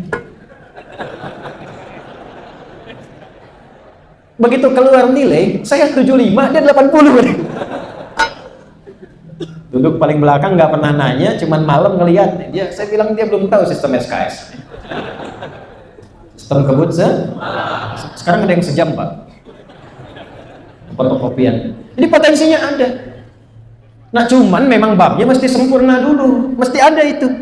Nah, karena itu kita keluarkan. Wa'allama Adam al-asya'a kull. Nah, jadi semua bidang hidup itu ada ilmunya. Dan dengan ilmu itu kita terangkat. Makanya malaikat sadar diri. Malaikat sadar. Di ayat 32-nya di ujungnya kan innaka antal alimul hakim. Hakim itu maha bijak, menempatkan sesuatu sesuai dengan fungsinya. Kenapa yang dipilih manusia bukan malaikat? Karena Allah maha tahu. Ada ilmu yang nggak bisa dipraktekkan malaikat. Malaikat itu tupoksinya cuma satu tugas, itu aja. Jadi yang tasbih, ya, tasbihnya pun yang subhanallah, nggak bisa istighfar, subhanallah aja terus. Nggak bisa pindah, itu aja. Itu aja. La ya'sunallaha ma amarahum wa yaf'aluna ma yu'marun. Quran surah 66 ayat 6. Malaikat tuh nggak bisa maksiat, nggak kenal maksiat, nggak kenal salah. Nggak ada malaikat yang salah. Pernah dengar malaikat Jibril korupsi ayat? Tidak. Nggak ada. Tapi wa yaf'aluna ma yu'marun, mengerjakan tugas satu aja, nggak bisa yang lain. Yang megang aras megang saja, yang tasbih, yang istighfar mengaminkan, yang tawaf terus begitu aja. Yang sujud gak bangun-bangun. Jadi kalau diturunkan ke masjid ad-doa, gak akan beres-beres renovasi. Karena tugasnya sujud aja begitu. Yang lain tasbih aja, gak ada kreativitasnya. Ya. Makanya ketika Allah pilih satu makhluk, ditetapkan dan mulia dia dengan bekal itu, malaikat pun hormat. Qalu subhanaka la ilma lana illa ma 'allamtana innaka antal alimul hakim. Makanya kita itu mesti bangga dengan keimanan yang Allah lekatkan kepada diri kita, mesti berbahagia dengan bekal ilmu yang Allah tanamkan dalam jiwa kita. Nah, rasa bahagia itu mesti diungkapkan dengan banyak belajar. Makanya kalau iman dan ilmu itu kita bisa keluarkan, derajat terangkat. Itu yang dimaksud Quran surah 58 ayat 11. Yarfa'illahu alladhina amanu minkum alladhina utul ilma. Itu iman dan ilmu. Dan itu kaidah dasar. Jadi mau sukses di bidang apapun, sebagai manusia, apapun itu. Sukses sebagai anak, ayah, ibu, orang tua, pegawai, berdagang, itu pasti ada ilmunya. Nggak tahu ilmu, susah mendapatkan kesuksesan. Makanya Imam Syafi'i sampai menyimpulkan, beliau yang lahir 150 Hijrah, sampai menyimpulkan, man arada dunya, siapa yang pengen sukses dunianya, maka dia mesti punya bekal ilmu yang sesuai. Wa man arada al-akhirata fa'alayhi bil. Siapa yang pengen sukses akhirat, maka ada ilmunya juga. Antum pengen ke surga Firdaus, apa ilmu yang persiapan surga Firdaus? Apa amalannya? Nggak tahu ilmunya, nggak nyampe tempatnya. Wa man arada huma, dan siapa yang pengen keduanya, fa'alayhi, tetap ada ilmunya. Mumpung ingat nih, saya ajarkan satu salawat yang biasa dipraktikkan oleh Imam Syafi'i, tapi saya berikan versi singkatnya saja. Saya kisahkan sejenak dulu ya. Pernah dengar Imam Baihaqi nggak? Imam Al-Baihaqi punya kitab Sunan Al-Baihaqi. Itu diantara mengikut Imam Syafi'i. Beliau pernah bermimpi melihat Imam Syafi'i setelah wafatnya. Ditanya, bagaimana keadaanmu ya Imam? Kata beliau, Allah memuliakan aku dengan mengiringkan aku seperti iring-iringan besar itu, dan menempatkan aku di singgasana emas, kemudian dihiasi mutiara-mutiara yang indah, dan dengan permata-permata yang berkilau, dan diiringi dengan orang-orang yang luar biasa menawan. Setelah meninggalnya, jadi bermimpi bertemu dengan gurunya, ditanya lagi, amalan apa yang menjadikan engkau mendapati itu? Aku membiasakan bersolawat dengan solawat yang aku tuliskan dalam kitabku Ar-Risalah. Versi gampangnya begini: Allahumma salli ala Sayyidina Muhammad adada dzikri dzakirin. Allahumma salli ala Sayyidina Muhammad adada dzikri dzakirin. Ya Allah, anugerah salawat terbaik kepada Muhammad sallallahu alaihi wasallam sejumlah semua orang yang berzikir kepada. Walaupun tidak banyak-banyak, tapi mintanya sejumlah semua orang yang berzikir kepada. Sekarang malam Jumat perbanyak salawat. Banyak salawat. Ada salawat untuk mengentaskan utang. Waktunya sepertiga malam menjelang fajar. Itu memperbanyak salawat. Dan doanya saya ajarkan di edisi yang kemarin. Coba cek dalam hadis itu yang zikir pengentas utang. Itu ada doanya khusus. Ada mulai ayatnya, Qur'annya sampai hadisnya, sampai sanadnya. Saya sampaikan dari Anas bin Malik dan diteruskan oleh Al-Munziri. Ya, itu diantara terusan dari doa itu adalah salawat kepada Nabi Sallallahu Alaihi Wasallam. Tetap dengan ikhtiar. Balik ya supaya cepat. Kemudian teman-teman sekalian, saya teruskan dulu sebelum saya petakan ilmunya. Jadi yang pertama mesti kita yakini adalah kita diberikan oleh Allah potensi yang tak terbatas dalam bidang ilmu sesuai dengan maslahat yang akan kita jalani. Jadi tinggal mau milih, antum mau jadi apa nih? Kalau kita petakan 4, dari 4 salah satu. Contoh, 1 mau bidangnya ilmu. Jadi pengajar, jadi ulama. Ya, baik di bidang agama ataupun di bidang umum misalnya. Ahli tafsir, ya, ahli hadis, ahli aqidah, fiqh, usul fiqh, silakan. Ada yang mengajar di bidang umum, biologi, fisika, kimia, arsitektur dan sebagainya, silakan. Pilihannya ilmu. Awas, pelan-pelan. Tapi ingat baik-baik, kalaupun memilih bidang ilmu, baik itu mengajar di agama atau bahkan di umum, tujuan utamanya mendekatkan dirinya kepada Allah dan mengenalkan muridnya dengan Allah. Ya, awas, sepintar apapun Anda, walaupun belajar umum Anda pintar, nggak kenal Allah, dianggapnya belum pintar. Anda mau S3, silahkan. Sampai profesor, silahkan. Tapi kepintaran Anda belum mampu mengenalkan Anda dengan Allah, itu belum pintar. Karena spirit pesan moral dari ayat 32 itu menjadikan semua ilmu itu kembali kepada Allah. Subhanaka la ilma lana illa ma 'allamtana. Semua dari Allah. Dan Allah itu menitipkan ilmu supaya Anda, saya, kita kenal Allah. Itu poinnya. Jadi jangan sampai Anda belajar di jurusan umum pun silahkan, di biologi, di fisika. Kan prakteknya itu apa? Objeknya kan hamba-hamba Allah, makhluk. Risetnya kan makhluk. Nah, Allah itu menciptakan makhluk supaya Anda kenal Allah. Lihat langit itu bukan hanya menentukan dari segi astronomi. Ini bintang rasinya begini, menunjukkan begini, arah angin seperti ini. Itu biasa. Yang ditanya itu, siapa yang mampu menciptakan itu? Akal kita dibuat berpikir. Sehingga dengan berpikir itu kita kenal Allah. Maka turunlah ayat Quran surah ketiga Ali Imran ayat 190 sampai 191 itu. Inna samawati wal ardi wa ikhtilafil nahari la ayatin liulil. Siapa ulul albab itu yang meriset langit dan bumi? Bumi kan geologi bidangnya. Ada geofisis, ada yang kerja di minyak tuh, di macam-macam, ya, di mineral. Anda kan meriset ya, di bebatuan tuh kan ada kodenya tuh. Saya pernah ngajar tuh di komunitas teman-teman geologis tuh. Itu setiap batu ada kodenya. Jadi kita tahu ini batu ini batu ini. Kedalamannya yang seperti ini di tingkat sekian meter, yang ini sekian meter. Itu setiap batu, kawan, ada kodenya. Kalau belajar yang biasa, paling cuma, oh ini kode begini, kedalaman sekian, maka yang terkandung mineralnya ini seperti ini. Kalau emas ini kedalaman sekian, ini kedalaman sekian. Itu biasa. Pertanyaannya, sampai nggak Anda pada kalimat siapa yang mampu membuat kode di batu-batu ini? Mencarinya sampai ke situ. Itulah ulul albab. Siapa ulul albab? Alladzina yadhkuruna Allah qiyaman wa qu'udan wa 'ala junubihim wa yatafakkaruna fi khalqis samawati wal ardh. Ujungnya, Rabbana ma khalaqta hadza. Ujungnya kenal Allah. Antum gelar tinggi-tinggi sampai profesor, enggak kenal Allah, apa manfaatnya antum belajar selama hidup? Apa yang mau antum bawa menghadap Allah di hari kiamat? Kebanggaannya apa? Tom yang pengajar nih di sekolah SD sampai jadi dosen. Berapa banyak murid yang kenal Allah karena ilmu antum? Kalau cuma ngajar ya biasa. Yang belum beriman juga bisa, yang pintar banyak. Bedanya itu iman, teman-teman. Iman. Nah, itu ilmu. Yang kedua, harta. Nanti ada bidangnya itu memilih harta. Jadi pebisnis, pedagang, pengusaha. Ya. Nanti belajar, nanti ada ilmunya. Kalau nggak tahu ilmu, repot nanti. Yang pertama dipelajari bab rizki terkait dengan harta. Kalau nggak paham bab rizki, nanti selalu tertarik untuk mengambil rizki orang. Padahal kaidahnya sudah lengkap. Rizki Anda nggak mungkin tertukar dengan orang lain. Itu kalau paham itu nggak mungkin mencuri. Sekarang banyak koruptor itu ditangkap, banyak diperlihatkan, banyak kejadian karena nggak ngerti fikih yang paling basic tentang harta. Dia nggak paham kalau harta dia itu nggak akan tertukar dengan orang. Makanya kenapa harus ngambil punya orang? Mengambil yang bukan milik kita itu akan hanya menyulitkan keadaan hidup kita.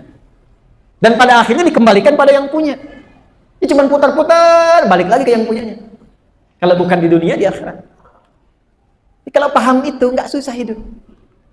Kerja nih, belum dapat apa yang kita inginkan. Kalau paham fikihnya nggak akan mengeluh. Karena yang Allah tuntut berikhtiar. Setelah itu Allah perjalankan, kadang-kadang diakumulasikan hasilnya pada waktu yang Allah kehendaki. Setelah 3 hari baru dapat, hasilnya banyak sekali. Yang banyak itu akumulasi hari pertama, kedua, ketiga. Kalau paham fikih itu, selalu optimis kita menempuh pekerjaan. Itu babnya harta. Dan itu ada ilmunya. Ya, kalau mau milih di bidang itu silahkan. Keempat, kedudukan. Jabatan. Itu pun ada ilmunya. Maka setiap dipercaya, kita milih bidang ini, saya pengen di birokrasi, sampai ke tingkat yang tertinggi, silahkan. Pelajari ilmunya. Supaya setiap kedudukan yang diamanahkan, itu melahirkan kebijakan yang bermaslahat dengan ilmu yang dimaksudkan. Dan ilmu, temannya iman. Jadi pejabat yang beriman itu bukan hanya ilmunya dipakai, tapi imannya mengiringi. Kalau iman itu dipakai menuntun ilmu, maka semua yang lahir kebijakan itu pasti maslahat. Baik pasti. Kan kalau pejabat dengan penanya dihisabnya. Hartawan dengan apa? Hah? Dengan harta di ujung lisannya. Ujung pena itu tanda tangannya. Tuh. Tanda tangan pada kebaikan, dapat bagian dari transfer pahalanya. Tapi kalau nggak ada iman, standar yang keluar. 4 tenaga. Silakan tuh. 1 ilmu, contohnya Ali bin Abi Thalib, sahabat Abu Hurairah, Salman Al-Farisi radhiyallahu ta'ala. 2 harta seperti Utsman bin Affan, tabungannya sekarang sampai ada hotel namanya Hotel Utsman bin Affan, wakaf Utsman bin Affan radhiyallahu ta'ala. Ada hotel sekarang di Madinah. Orangnya sudah nggak ada. Dulu cuma investasi membeli kebun dan sumur. Kemudian wilayah itu dikonversi, dialihkan, dibangun hotel. Hasil dari hotel itu disimpan di rekening, disedekahkan ke semua umat Islam yang membutuhkan. Atas nama rekeningnya Utsman bin Affan. Orangnya sudah meninggal 15 abad yang lalu, punya rekening di Bank Saudi. Ada orang hidup sekarang, rekeningnya nggak ada kan? Nah, Utsman tuh nabungnya pakai iman. Makanya kalau pakai iman tuh abadi. Kalau cuma pengen aman, ya sudah, dunia aja dapatnya. Iman. Kemudian yang kedudukan siapa? Banyak. Umar bin Khattab, Amr bin As. Ada yang disifatnya di militer, Khalid bin Walid. Nabi itu punya kurang lebih 38 panglima lah dari 12.000 itu. Satu kekuatan panglimanya bisa menaklukkan Persia dan Romawi. Satunya itu. Ya. Pangdam wilayah Afrika Utara. Namanya Tariq bin Ziyad. Utara itu dulu provinsi. Gubernurnya namanya Musa bin Nusair. Ini sepeninggal Nabi. Pangdamnya namanya Tariq bin Ziyad. Cuman selevel pangdam, ya, Afrika Utara. Iberia itu Iberia itu sekarang Spanyol, ya kan? Yang ada Madrid baru kalah kemarin 4-0, ya, namanya. Saya hafal itu ke final sama Inter Milan kan? Saya hafal, cuman saya nggak nonton. Indonesia menang 5-2 saya tahu, ya. Komang di kartu merah saya tahu, ya. Alhamdulillah kita menang. Alhamdulillah. Tapi saya senang dengan sujudnya ini. Ya, dan Nazar pelatihnya Masya Allah, selamat tuh, udah Indra Syafri, luar biasa ya. Balik lagi ya, supaya itu cuma dikirim 1 orang dengan 10.000 ikut ke sana untuk membantu karena ada permintaan, bukan ekspansi, ada permintaan dari warga Iberia, Andalusia untuk dilakukan yang tidak pantas di sana, kekejaman, minta suaka, minta dibantu, datang ke sana, dibuka jadi peradaban 7 abad, 700 tahun. Kualitasnya begitu. Nah, kita butuh yang begitu tuh. Nah, kalau tidak ada sampai yang itu, yang keempat dengan tenaga. Contohnya siapa? Bilal. Dengan tenaga itu nggak akan kehilangan rezeki. Bilal mengabdi di mana? Di masjid. Jadi fikih marbot tuh. Betul. Ya, bab pertamanya fikih adzan. Yang adzan itu ada sanadnya. Saya punya murid-murid khusus di Bekasi belajar. Itu adzan pun ada sanad. Mereka belajar ilmu-ilmu pakai sanad. Adzan ada sanadnya. Nah, Bilal itu bin Rabah itu bukan tidak punya pilihan untuk memilih sepeninggal Nabi di Hakim Agung. Beliau menolak. Karena mempertahankan pilihan beliau sejak memilih di era Nabi sallallahu alaihi wasallam. Allahu akbar, Allahu akbar. Udah selesai la ilaha illallah, Nabi komen. Kan kalau Nabi komen rumusnya gampang kan? Like, share, and subscribe. Gak usah dikomen lagi. Tinggal di like, di share, dan di subscribe. Masya Allah. Apa komen Nabi? Oh, kama qala Rasulullah sallallahu alaihi wasallam. Saya mendengar terumpah kakinya Bilal di surga. Kemudian juga ada hadis-hadis lain tentang bagaimana kemuliaan Bilal yang dengan suaranya itu seakan mengangkat lehernya untuk meninggikan suara adzan. Maka dimuliakan saat hari kiamat dengan lehernya yang spesial. Bilal dengar itu nyimpulkan, adzan udah masuk surga. Ngapain kerja kayak Utsman? Ngajar kayak Ali, mimpin kayak Umar. Terus yang Khalid ya ikut di militer. Bukan gak mulia, semua mulia. Tapi Bilal merasa sudah ada jaminan, maka dipertahankan sampai sepeninggal Nabi. Adzan aja. Adzan. Pernah nggak dengar cerita Bilal kesulitan makan karena adzan? Pernah dengar? Hah? Tidak. Yang ada itu hari berkurban, yang lain pakai kambing karena nggak mampu beli kambing, tapi pengen sedekah beli ayam. Dengan Ibnu Abbas radhiyallahu ta'ala anhu. Sebagai wujud untuk bisa berkambing sifatnya. Tapi tidak dinilai sebagai kurban, sifatnya sedekah. Jangan salah paham. Tapi poinnya adalah sukses juga. Dan hebatnya diminta sepeninggal Nabi jadi hakim agung, difasilitasi dengan fasilitas kenegaraan, gajinya melimpah. Nggak mau, malah kabur ke daerah terpencil supaya nggak ditemukan orang. Bilang, ketemu, dibawa akhirnya, diminta adzan, jatuh tersimpul karena ingat Rasulullah SAW. Karena adzannya pakai iman, adzannya pakai iman. Bukan persoalan nada.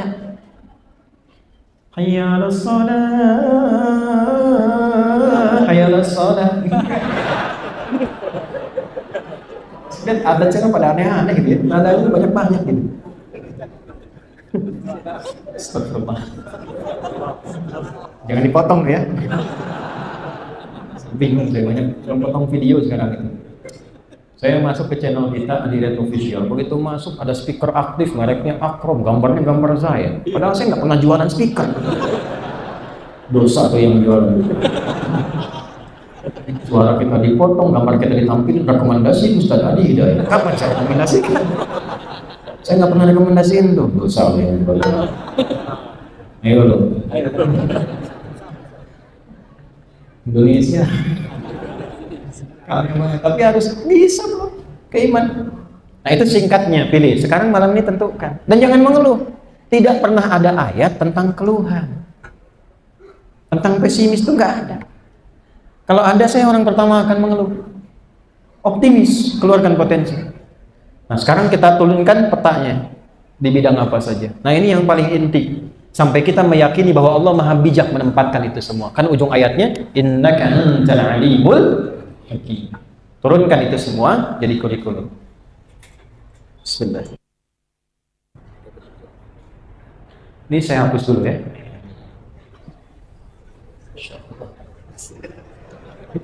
Sama abad sebelum.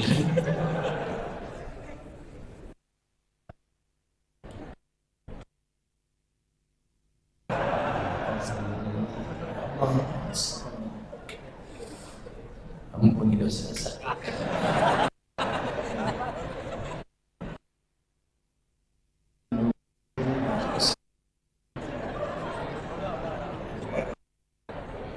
Mereka yang mau melihatnya.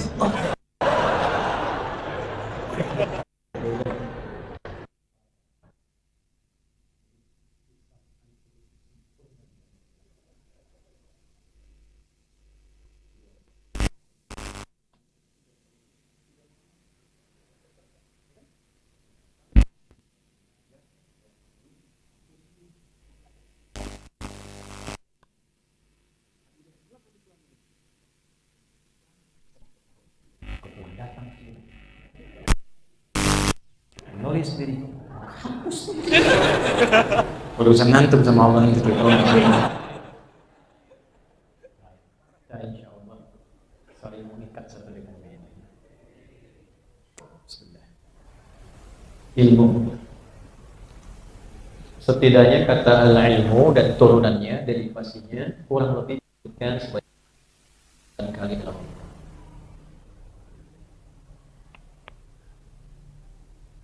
dibagi ke dalam dua bagian yang pokok. Hikmah Allah dengan namanya Al-Hakim, yang Al-Hakim itu pemilik hikmah yang sempurna. Hikmah itu menempatkan sesuatu sesuai dengan maslahat. Jadi Allah menempatkan ini, karena memang maslahatnya begini. Itu di semua aspek. Contoh, coba perhatikan.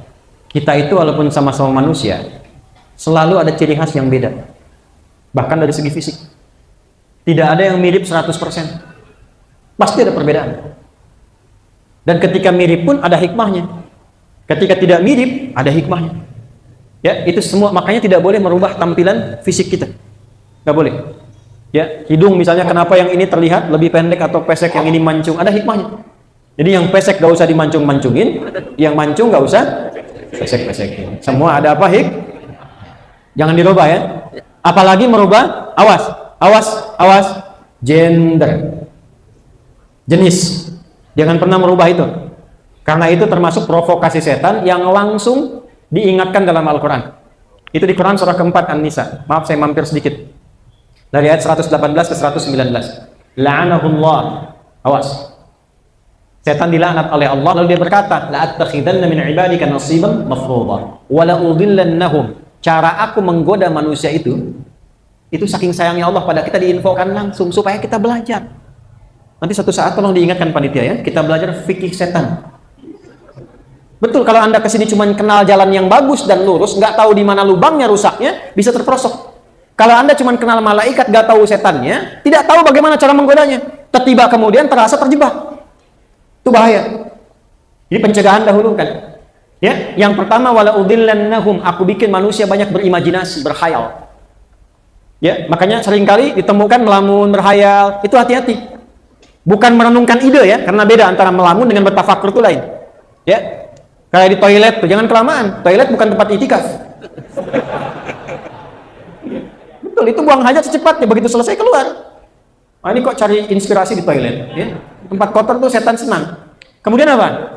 Wala umanniyannahum, wala udillannahum, aku sesatkan mereka, disesatkan. Wala umanniyannahum, diberikan angan-angan. Perhatikan. Wala amurannahum fala yubaddikunna adanal an'am wala amurannahum fala yughayyirunna khalqallah. Aku akan bisiki dia supaya tidak pede dengan penampilannya, lantas dia merubah keadaan dirinya. Hati-hati. Nama Nia, Pak. Nama siapa? Nia. Nama lengkap? Kurniani. Nia aja. Kurniani saja. Dah, sini jangan terlalu lebar. Ilmu pertama, ilmu pokok, kaitan dengan Allah. Yang paling pokok. Jadi ada amalan-amalan pokok yang menunjukkan keterikatan kita dengan Allah, penghambaan kita dengan Allah. Ingat, saat turun ke muka bumi ini, Adam alaihissalam yang memberi tugas siapa? Ya kan? Dan saat Adam memulai tugas itu dalam rangka menjalankan perintah Allah. Nah, menjalankan perintah Allah itu disebut ibadah namanya. Makanya saat manusia tercipta, tujuan utamanya ibadah. Quran surah ke-51 ayat 56, "Wa ma khalaqtul jinna wal insa illa liya'budun." Nah, yang pokok itu terkait dengan ibadah. Membangun koneksi dengan Allah. Apa tujuannya? Supaya dimudahkan dengan ini kepada aspek yang kedua. Antum dekat dengan pimpinan tertentu, aksesnya mudah. Dekat dengan Allah, apa yang tidak mudah bagi Allah? Cepat saja. Ilmu-ilmu terkait ibadah ini secara pokok itu dirumuskan dalam rukun Islam yang 5 itu. Satu apa? Syahadatin. Asyhadu an la ilaha illallah wa asyhadu anna Muhammadan Rasulullah. Nah, itu syahadat itu bukan cuma di lisan, mesti terikat kuat dalam hati supaya dibawa pulang. Harus sampai ke sini. Sesuatu yang terikat kuat dan sulit dilepaskan, itu dalam bahasa Arab disebut akad namanya. Makanya ada akad nikah dipegang kuat tuh selama berumah tangga. Sifatnya disebut dengan akidah. Karena itu kaitan dengan bab syahadat, babnya akidah. Sudah ada ikatan yang kuat terhubung dengan Allah. Yang ahad, qul huwallahu ahad. Sehingga semua aktivitas terarahkan kepada Allah, terkoneksi. Semua yang diarahkan kepada yang ahad disebut dengan tauhid. Wahhada yuwahhidu tauhidan. Ya, makanya babnya disebut tauhid.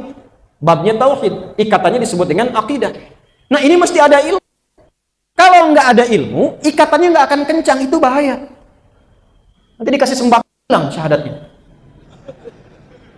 Coba kalau ada gempa, ada musibah, dan kita bermohon pada Allah supaya dihilangkan yang demikian, dijaga. Makanya jangan banyak maksiat. Tapi begitu kejadian kan selalu ada begitu kan? Datang bawa sembako, bawa biskuit, bawa macam-macam. Boleh diambil, tapi lepaskan dulu akidahnya. Bahaya. Yang paling bahaya itu dulu pernah di Afrika itu ada seperti bakti sosial dari segi kesehatan medis. Kelompok dokter bawa obat, tapi dosisnya diatur. Ya, supaya apa? Supaya ada candu untuk kembali. Untuk balik. Itu pertama dikasih enak bagus, naikkan balik lagi. Kalau nggak dikasih itu makin sakit. Itu kejadian itu. Dan puncaknya adalah diberikan itu asal melepaskan ini akidahnya. Ikatannya lepas keluar. Makanya Nabi pernah mengingatkan, ada orang paginya beriman, itu saking berubahnya dinamika sosial, sorenya bisa kufur. Yusbihu mu'minan wa yumsi kafir. Hati-hati. Oh, hati-hati nih yang cari-cari kerja nih. Hati-hati. Pekerjaan, kalau paham bab rizki, Anda tidak akan menggadaikan akidah. Kok bisa cari kerja di tempat yang melarang Anda sholat? Kok bisa? Hah? Kok bisa para akhwat bekerja di tempat yang harus melepaskan jilbabnya? Bahkan yang kasus memilukan, memalukan, dan negara harus hadir di situ tuh. Perpanjangan kontrak, harus berhubungan, staycation lah istilahnya apapun itu. Itu sesuatu yang sangat memalukan, pidana itu. Nah, orang beriman itu nggak mungkin menggadaikan keimanannya, ya, menggadaikan kehormatannya hanya untuk hal-hal duniawi yang kemudian sirna dengan kematian. Nah, ini mesti ada ilmu. Kalau nggak ada ilmu, goyah. Makanya turun Quran surah 47 di ayat yang ke-19. Fa'lam annahu la ilaha illallah. Mesti punya ilmu untuk memantapkan la ilaha illallah dalam hati. Kalau nggak ada ilmunya, susah. Adik-adik juga yang di sekolah tuh, ya, di kampus-kampus sekarang tuh. Ya, sekarang musim-musimnya perang pemikiran. Musim-musimnya pemikiran nggak bisa dibendung. Siapa aja bisa ngajar. Apalagi musim-musim sekarang ini pemikiran liberal sudah banyak muncul. Coba kalau ditanya, kenapa Tuhannya harus Allah? Apa alasan Anda? Bagaimana jawabnya? Kalau nggak khatam bab ini, bahaya. Makanya nanti dalam bab tauhid, bab akidah memperkuat iman. Iman ada pilarnya lagi. Berapa pilarnya? 6. Dikenal dengan rukun iman. Yang pertama iman pada siapa? Allah. Nah, itu bukan disebutkan, dipelajari sampai muncul ma'rifatullah, kenal Allah. Kenapa Tuhannya mesti Allah? Kenapa bukan yang lain? Apa yang menjadikan Allah itu punya sifat-sifat ketuhanan sehingga yang lain tertolak? Sehingga kita bisa jawab. Itu ilmu. Kalau hanya untuk berislam, yang penting syahadat, selamat. Ya, tapi Islam yang tidak dibarengi dengan ilmu itu rentan. Begitu muncul godaan-godaan seperti ini, itu ikatan akidah simpulnya bisa terlepas, itu yang bahaya. Jelas? Sekarang saya kasihan juga tuh. Ada orang-orang tertentu yang dengan cuma satu kalimat, aku mencintaimu. Kalau engkau cinta aku, ikut denganku, tinggalkan keyakinanmu. Ada yang meninggalkan. Padahal ayat sudah jelas. Ya, wala tankihul musyrikati hatta yu'min, wala amatun mu'minatun khairun min musyrikati walau a'jabatkum, wala tankihul musyrikina hatta yu'minu, wala 'abdun mu'minun khairun min musyriki walau a'jabakum. Al-Baqarah ayat 221. Jangan nikahi perempuan-perempuan yang belum beriman sekalipun memikat memesona dirimu. Yang muslimah itu sekalipun wajahnya itu standar biasa-biasa saja, lebih baik untuk urusan akhirat. Karena imannya membuat engkau merasa damai dalam kehidupan rumah tangga dengan imannya. Ya. Orang bilang kan cantik relatif kan. Kalau jelek mutlak, kan? Kalau bab iman kan beda. Iman. Kalau sudah pakai iman tuh. Makanya maaf ya, akhwat-akhwat tuh di atas tuh, di luar. Kalau ada dengar kata-kata gombal seperti itu abaikan saja. Aku mencintaimu, buktikan cintamu dengan kau tuliskan namaku di buku di kaki. Dan gak usah diungkapkan padaku, tanyakan saja pada ayahmu. Kalau berani datang dia. Begitu datang ternyata ada 2 saingan. Udah masuk gak ada 2 kan? Adik siapa ini yang datang? Dari mana? Saya Anas Pak. Ya sudah, coba Bapak pengen dengar. Baca surat Anas. Nah, bagus. Adik siapa? Torik Pak. Oh, baca surat Torik. Dari Metro tuh. Udah beres yang ini bingung. Waduh, bahaya. Jadi kan dia pintar kali. Kalau adik siapa yang baru datang? Saya Imron Pak. Aduh kan. Bapaknya mau nanya, tapi Pak sebentar, panggilan sehari-hari kulhum.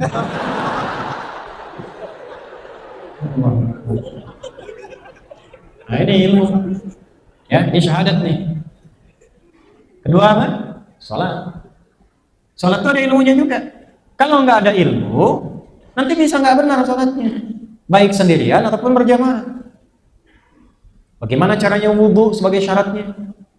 Dari takbir sampai salam. Kan nggak bisa kreatif sendiri. Kalau berjamaah bagaimana membentuk saf? Siapa yang paling depan? Saf laki-laki di mana? Perempuan di mana? Kalau nanti ilmunya kosong bisa bahaya. Ini laki-laki, ini perempuan, ini begini, ini begitu. Dan biasanya kalau melenceng dari ilmu pasti kontroversi. Itu pasti. Itu pasti. Tapi kalau pakem ilmunya jelas, walaupun terjadi perbedaan, tidak akan terjadi kontroversi yang berkepanjangan. Asal dari satu ilmu. Contoh misalnya, tadi kan imam baca Alhamdulillah kan Al-Fatihahnya, ya kan? Sebab baca Bismillah itu ada 4 cara. Saya nggak dengar tadi ada makmum mengatakan Subhanallah, kan nggak ada. Ikut aja deh kan? Ya, padahal cara baca ada 4 kan? Bisa dijaharkan, dikeraskan. Bismillahirrahmanirrahim.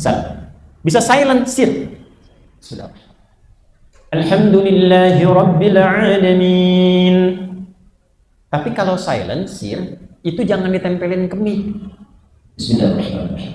Alhamdulillahirabbil alamin. Nah, itu sama aja jahar, Joni. Ya? Sir itu kita sendiri yang dengar. Jelas ya? Silent, kecuali kalau mic-nya begitu peka. Yang ketiga, tidak dibaca sama sekali. Kayak tadi. Alhamdulillahirabbil alamin. Yang keempat, baca rakaat pertama, jahar Bismillahirrahmanirrahim. Bismillahirrahmanirrahim. Alhamdulillahirabbil alamin. Yang rakaat kedua nggak dibaca sama sekali, langsung Alhamdulillah. 4 cara. Dan biasanya nggak pernah ribut kan? Kalau sudah paham nggak ribut. Tapi kalau ada orang yang melakukan keluar dari pakem ilmu, pasti kontroversi. Masjid Ad-Du'a DKM membuat kebijakan. Gak boleh ada perbedaan laki-laki dan perempuan. Hargai perempuan karena ini era emansipasi. Maka besok Sabtu Jumat laki-laki perempuan, laki-laki perempuan, laki-laki perempuan, laki-laki perempuan. Khotibnya gantian. Khotib pertama laki-laki, khotib kedua perempuan. Bisa. Itu pasti heboh. Karena keluar dari pakem yang masih salah. Nah kalau seperti itu mesti keluar ilmu yang benar. Dan ilmu yang benar itu disampaikan pakai iman. Kalau sudah pakai iman, jauh dari caci maki. Ya tidak harus saling merendahkan. Yang muncul itu ilmunya ditampilkan supaya mengerti. Karena terkadang orang membuat kebijakan karena tidak tahu ilmu. Nah orang yang tidak tahu itu diberitahu, bukan direndahkan. Nah kalau sudah diberitahu, nanti dengan sendirinya hatinya akan bekerja kalau kitanya tulus. Nah itu sholat. Kalau ilmunya tidak didapatkan tentang sholat, mengganggu juga pada kehusyuan. Kayak tadi misalnya, kenapa ilmunya disebut fikih? Kalau nggak tahu ilmunya nggak bisa khusyuk kita. Kan pernah ada yang di sidang, waktu di sidang itu, Anda muslim, saya muslim Pak. Sholat, subuh berapa rakaat? 3 rakaat. Salah. Okay? 3 zakat. Tuh. Zakat ada ilmunya. Kalau nggak, kalau tak keluar tahun ini bercampur, terakumulasi ke tahun depan, ngitungnya sulit, rumit lagi. Jadi minimal basicnya mesti paham, tahu ilmunya. 4 puasa ada ilmunya juga. Kalau nggak tahu repot, nggak tahu kapan puasa, kapan buka. Kan ada kelompok yang terlampau soleh, bukannya isya. Ada. Padahal Nabi contohkan sampai maghrib. Ya. Haji nih, mau dekat sekarang haji nih. Tadi yang saya janjikan pada maghrib itu. Itu Allahu Akbar, saya mohon tolong. Fasilitator, pembimbing, travel, bertakwalah pada Allah Subhanahu wa taala. Silahkan Anda cari dunia, tidak dilarang. Laisa 'alaikum junahun an tabtaghu fadlan min rabbikum. Ya, Al-Baqarah ayat 198. Enggak dilarang kalau ingin bagian untung dunia. Tapi tolong jangan sia-siakan pengorbanan jamaah-jamaah itu yang mungkin telah menabung lama. Ada yang jual tanah, jual kebun, jual aset. Apalagi yang cepat berangkat biayanya nggak sedikit. Itu bisa ratusan juta, bisa setengah miliar. Saya perhatikan tuh luar biasa mahalnya. Tolong hak mereka dipenuhi. Nyampe ke sana dibimbing yang benar. Dipantau. Saya sedih. Saya ini baru pulang kemarin. Dari Madinah, dari Mekah, Jeddah pulang kembali. Sedih. Karena masih ada yang didapati, potensi amal itu hilang. Apa diantaranya? Terjebak riya misalnya. Ya, terjebak riya. Mulai dari tawaf saja. Sekarang tawaf itu bisa online dan live. Subhanallah, alhamdulillah. Kelihatan di sana. Kelihatan di sana. Nih Makam Ibrahim nih sedang tawaf. Ini begini. Terus sayang. Ya, sementara Allah berfirman apa?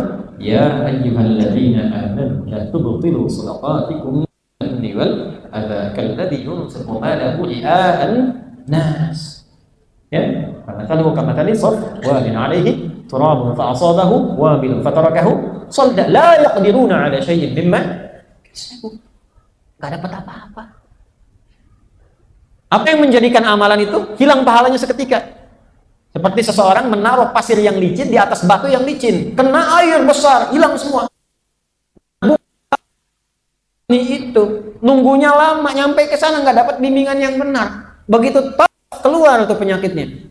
Saya demikian. Riyanya macam-macamnya, kadang ingin menyingkirkan, menyungkurkan orang, ya kan?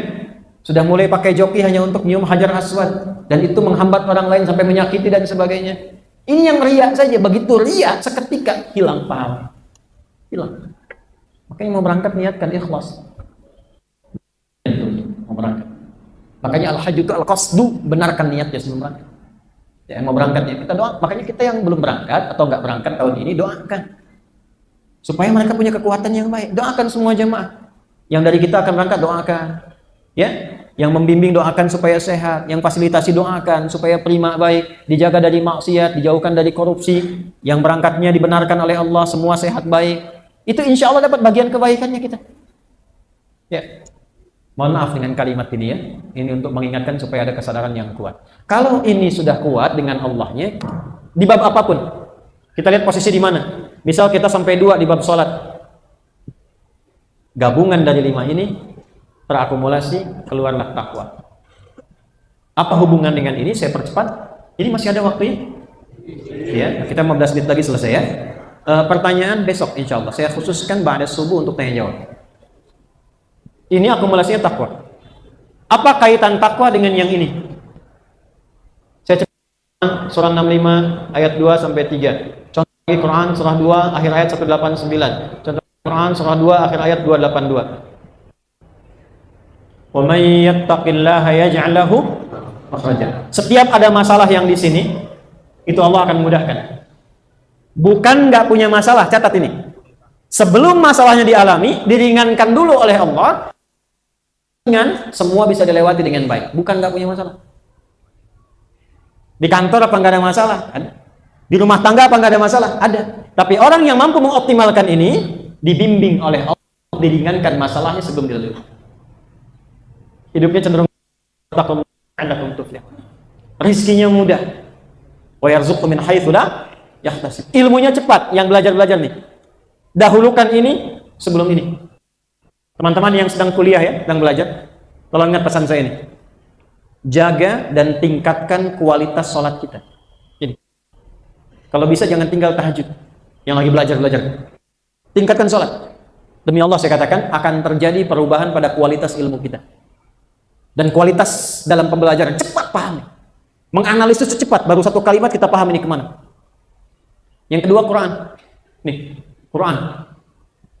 Kalau bisa menghafal, kalau bisa punya target, kuliah tahun, wisuda sekaligus hafal Quran 30 juz.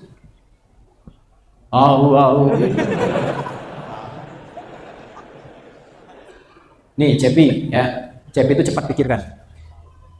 Paling santai menghafal Quran itu 2 tahun. Paling santai. Anda 4 tahun. Santai banget. Jadi, kalau 4 tahun kuliah, lulus, nggak hafal Quran, itu bahasa Jermannya Tenteigen. Dia harus punya visi. Dan ini akan terjadi pada... Ini saya kasih rahasia ya. Tapi tolong ini antara kita saja. Saya amalkan ini sejak di pesantren, terutama sejak di pesantren. Ini ada satu, terus kamar dengan saya. Ini dulu ada Ahi ada Ahok. Ahi itu Adi Hidayat, Ahok Asep Polis. Ada sih. Tahu, beliau tahu. Itu saking inginnya kita meningkatkan sholat malam, kita lomba siapa yang bangun duluan. Silahkan tanya. Jam 2 itu udah bangun. Dan kita itu sampai menunggangi masjid. Maksudnya bagaimana supaya di masjid lebih optimal. Kami itu sebelum masuk kelas udah nyimpen tanda saf pertama di masjid. Itu era kami pesantren, bisa rebutan saf pertama, bisa berkelahi, Pak. Hanya untuk saf pertama. Nyimpen tanda. Jadi kalau udah nyimpen tiba di saf kedua, dicari itu pelakunya siapa. Hanya untuk pengen saf pertama. Subuh itu, kalau subuh 4:30, jam 4 itu sudah digedor-gedor supaya bangun. Kita tuh dari jam 2 bangun. Terus mandi tuh. Soal Asep pengen tinggi, lompat-lompat tuh dulu, kamar mandi. Betul, karena ada guru mengatakan kalau pengen tinggi, bangun malam-malam kepok-kepok, lompat-lompat gitu. Ada, masih ingat nih Ustaz Asep. Ada, banyak kisah-kisahnya. Tapi tahu nggak teman-teman, kita hidupkan masjidnya. Itu saya setiap ujian. Malamnya saya selalu ke masjid. Ada sebagian yang ke kelas. 2 yang saya lakukan. 1, tapi ini jangan ditiru. Yang ini. Dan saya telah bertobat dari itu, mengembangkan dengan lebih baik lagi. Ya. Apa itu? Saya itu dulu jarang nulis. Karena mengandalkan ingatan. Jadi kalau ada orang baca mau ujian, saya tiduran di sampingnya. Jadi begitu dia selesai baca keras, selesai, saya hafal apa yang dia baca. Dulu begitu. Tapi itu jangan ditiru. Jangan ditiru karena belum baik, belum sempurna. Nah, setelah itu baru saya senang nulis. Jadi apa yang dihafal dituliskan sehingga saling mengikat. Tapi yang kedua, ini yang menarik. Jadi setelah itu malamnya bangun sholat. Ya, sholat zaman-zaman itu belum seramai sekarang. Jadi menariklah malam harinya itu. Ada teman saya yang waladhdallin, belakangnya amin. Nengok nggak ada orang. Begitu ada gitu. Dulu. Jadi pernahnya diuji itu. Ya, apa yang terjadi? Begitu selesai sholat, itu saya pribadi itu sering kali mimpi tiduran. Mimpi ngerjain soal di bangun, udah menjelang subuh, ada tahrim ngaji. Itu begitu ujian, soalnya persis sama dengan yang dilihat di mimpi. Lalu begitu. Jadi soal dibagikan, saya selesai mengerjakan. Tanya Saudara Asep.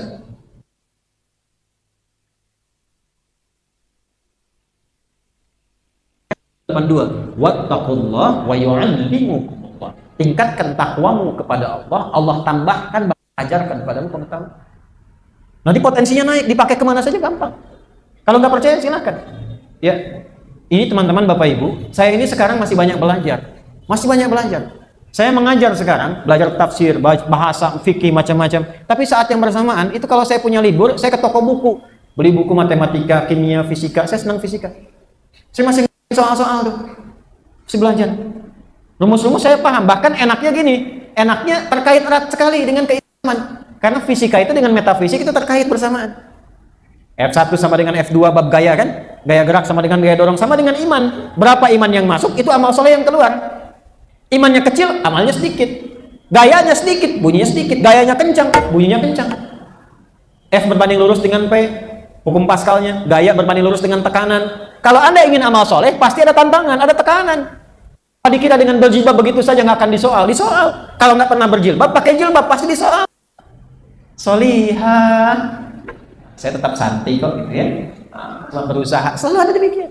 Anda juga sama, biasa kumpul-kumpul, nonton-nonton yang umumnya misalnya ditonton, tiba-tiba ke masjid. Jangan dikira begitu saja, tidak, ada ujian. Begitu dipilih, ada ujian. Inna khalaqnal insana min nutfatin amsyaj. Dan tadihi faja'alnahu sami'an basira. Begitu sudah ada ilmu, akan diuji. Selalu begitu. Nah, kalau kita paham dengan itu semua, mudah mengatasinya. Itu ilmu. Nah, sekarang dari bekal ibadah ini, yang ini tinggal diturunkan. Ini kita bahas, kita tutup dalam 5 menit. Ini yang furu, yang cabang. Itu yang pokok, ini yang cabang. Nah, yang cabang itu pilihan hidup. Dibagi dua lagi. Yang dijalani oleh setiap orang, semua orang menjalani. Maaf. Di keluarga punya posisi kan sebagai anak, orang tua ya, turunkan.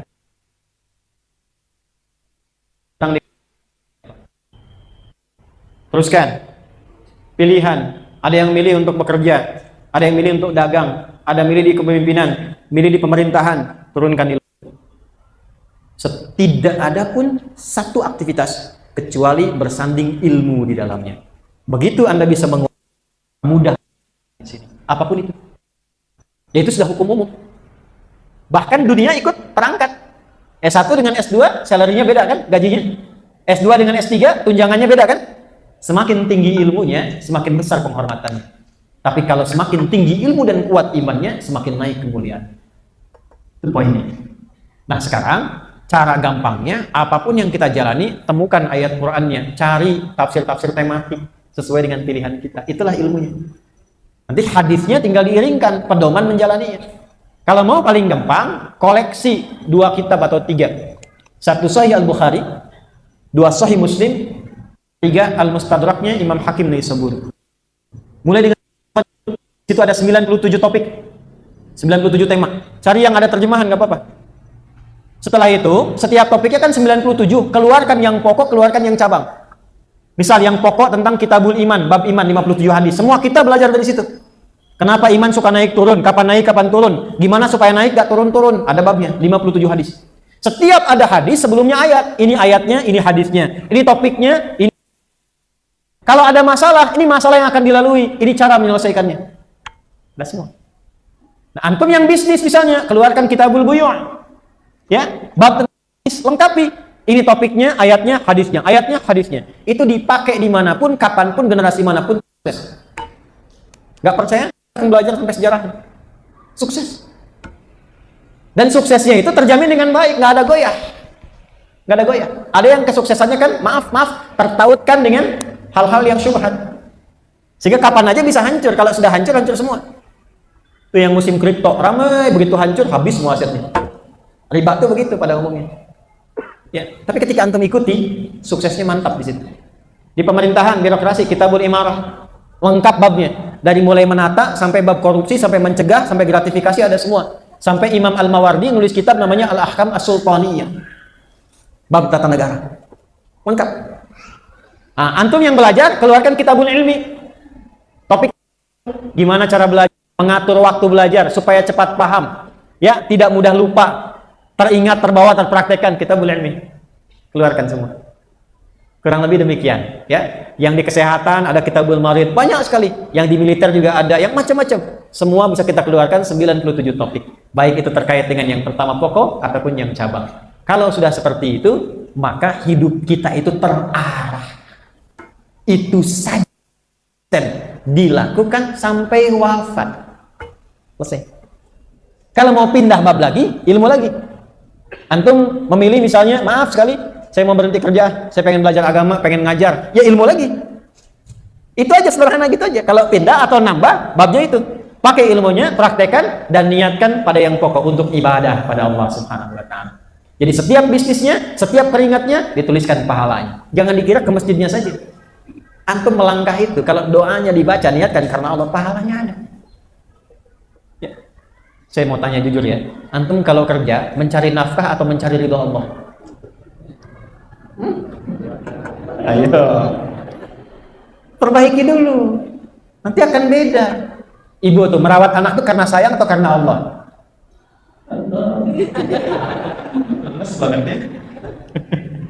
Baik ya, nah, kurang lebih itu yang kita bahas di malam hari ini untuk menyempurnakan bahwa tidak ada ilmu kecuali semua bersumber dari Allah. Setiap ilmu yang kita pelajari mesti mengingatkan diri kita dengan Allah. Yang kedua, tidak ada kesuksesan yang bisa diraih sempurna kecuali dengan ilmu yang didorong oleh malam hari ini. kita biasakan mempelajari sesuatu dengan ilmunya, tidak mempraktikkan pada basic ilmunya, dan diniatkan sebagai ibadah kepada Allah Subhanahu wa ta'ala. Wala taqin ulaika kana anhu, ikuti apapun sebelum punya dasar ilmunya. Sungguh sumber pengetahuan itu baik kelihatan ataupun akal kita akan dipertanggungjawabkan di hadapan Allah Subhanahu wa ta'ala. Yang terakhir, orang yang menjadikan pekerjaannya dengan basic ilmu dan diniat akan dimuliakan oleh Allah melebihi kemuliaan malaikat sejak ia kembali kepada Allah Subhanahu wa ta'ala. Saya kira itu yang saya sampaikan dari materi. Izinkan saya menyampaikan informasi penting yang hanya insya Allah mungkin sebagian berlaku di bulan ini dan mudah-mudahan bermanfaat untuk kita semua. 1. Catat tanggalnya. Teman-teman yang tersambung dalam live pun silahkan dicatat. 28 Mei. 8 Mei, hari Ahad. Allah bertempat di Masjid Al-Azhar, tapi di Bekasi. Catat aja dulu. Catat.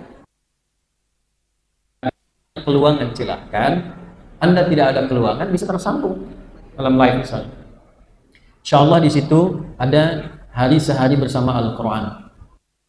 Ya, yang biasa kita lakukan di Istiqlal, kemudian di beberapa tempat yang lain. Tahun ini di Al-Azhar di Bekasi.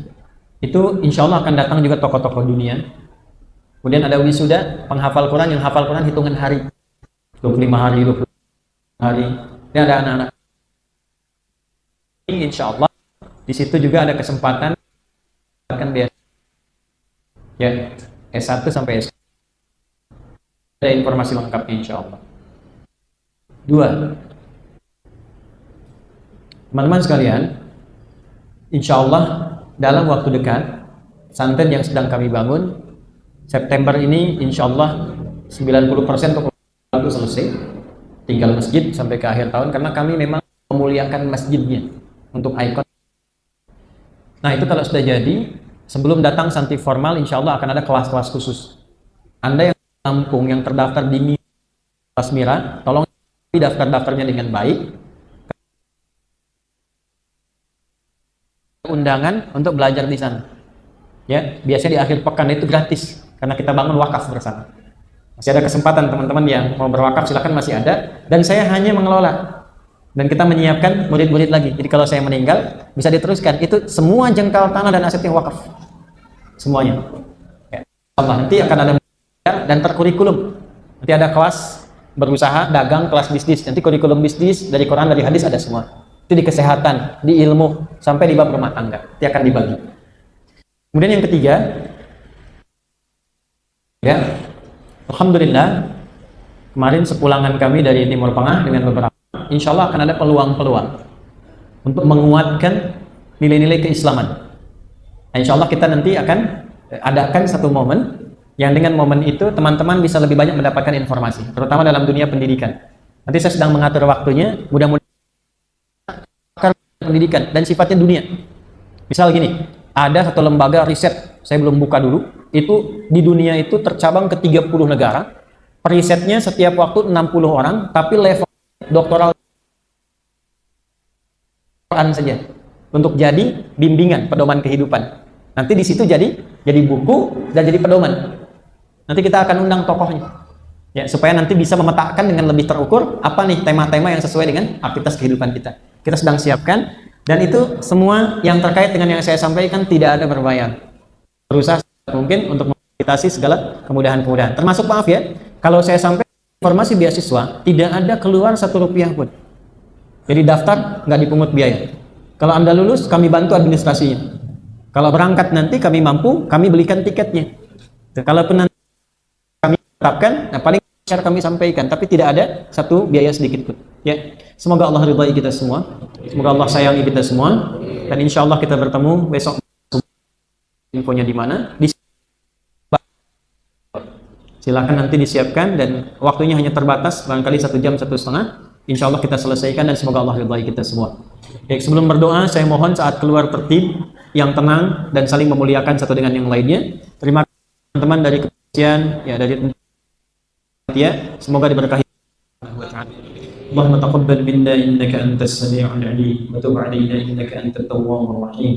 اللهم نحمدك حمدا كما علمتنا أن نحمدك ونشكرك شكرا كما علمتنا أن نشكرك. أنت المقدم وأنت إنك على كل شيء قدير. في عمرنا كلها يا أرحم الراحمين. Ya Allah, anugerahkan keberkahan pada seluruh aktivitas kami dan berikan keberkahan pada umur kami sampai kami kembali kepadamu ya Arhamar Rahimin. La tada'lana fi maqamina hadha wa fi kulli maqamin dhanban illa ghafartah. Ya Allah, jangan biarkan ada pendosa di sekitaran majlis kecuali Kau ampuni seluruh dosa-dosanya. Wala hamman illa farajtah. Jika ada yang merasakan kegelisahan, mohon tenangkan hatinya. Wala dainan illa qadaitah. Jika malam ini ada yang terlilit utang piutang, mohon berikan rezeki untuk melunasi utang-utangnya. Wala asran illa yassartah. Jika ada yang mengalami kesulitan, mohon ya Allah ringankan dan hilangkan segala kesulitannya. Allahumma 'allimna ma yanfa'una. Allahumma afiqna ya arhamar rahimin fi amalina. Ya Allah, bimbing kami untuk dapat mendapatkan ilmu yang bermanfaat dan berikan kami kekuatan untuk mengamalkan ilmu yang telah kami dapatkan. Rabbana atina fid dunya hasanah وقنا عذاب النار وصلى الله على سيدنا محمد وعلى اله وصحبه اجمعين واخر دعوانا سبحانك اللهم وبحمدك اشهد ان لا اله الا انت نستغفرك ونتوب اليك والحمد لله رب العالمين. السلام عليكم ورحمه الله وبركاته.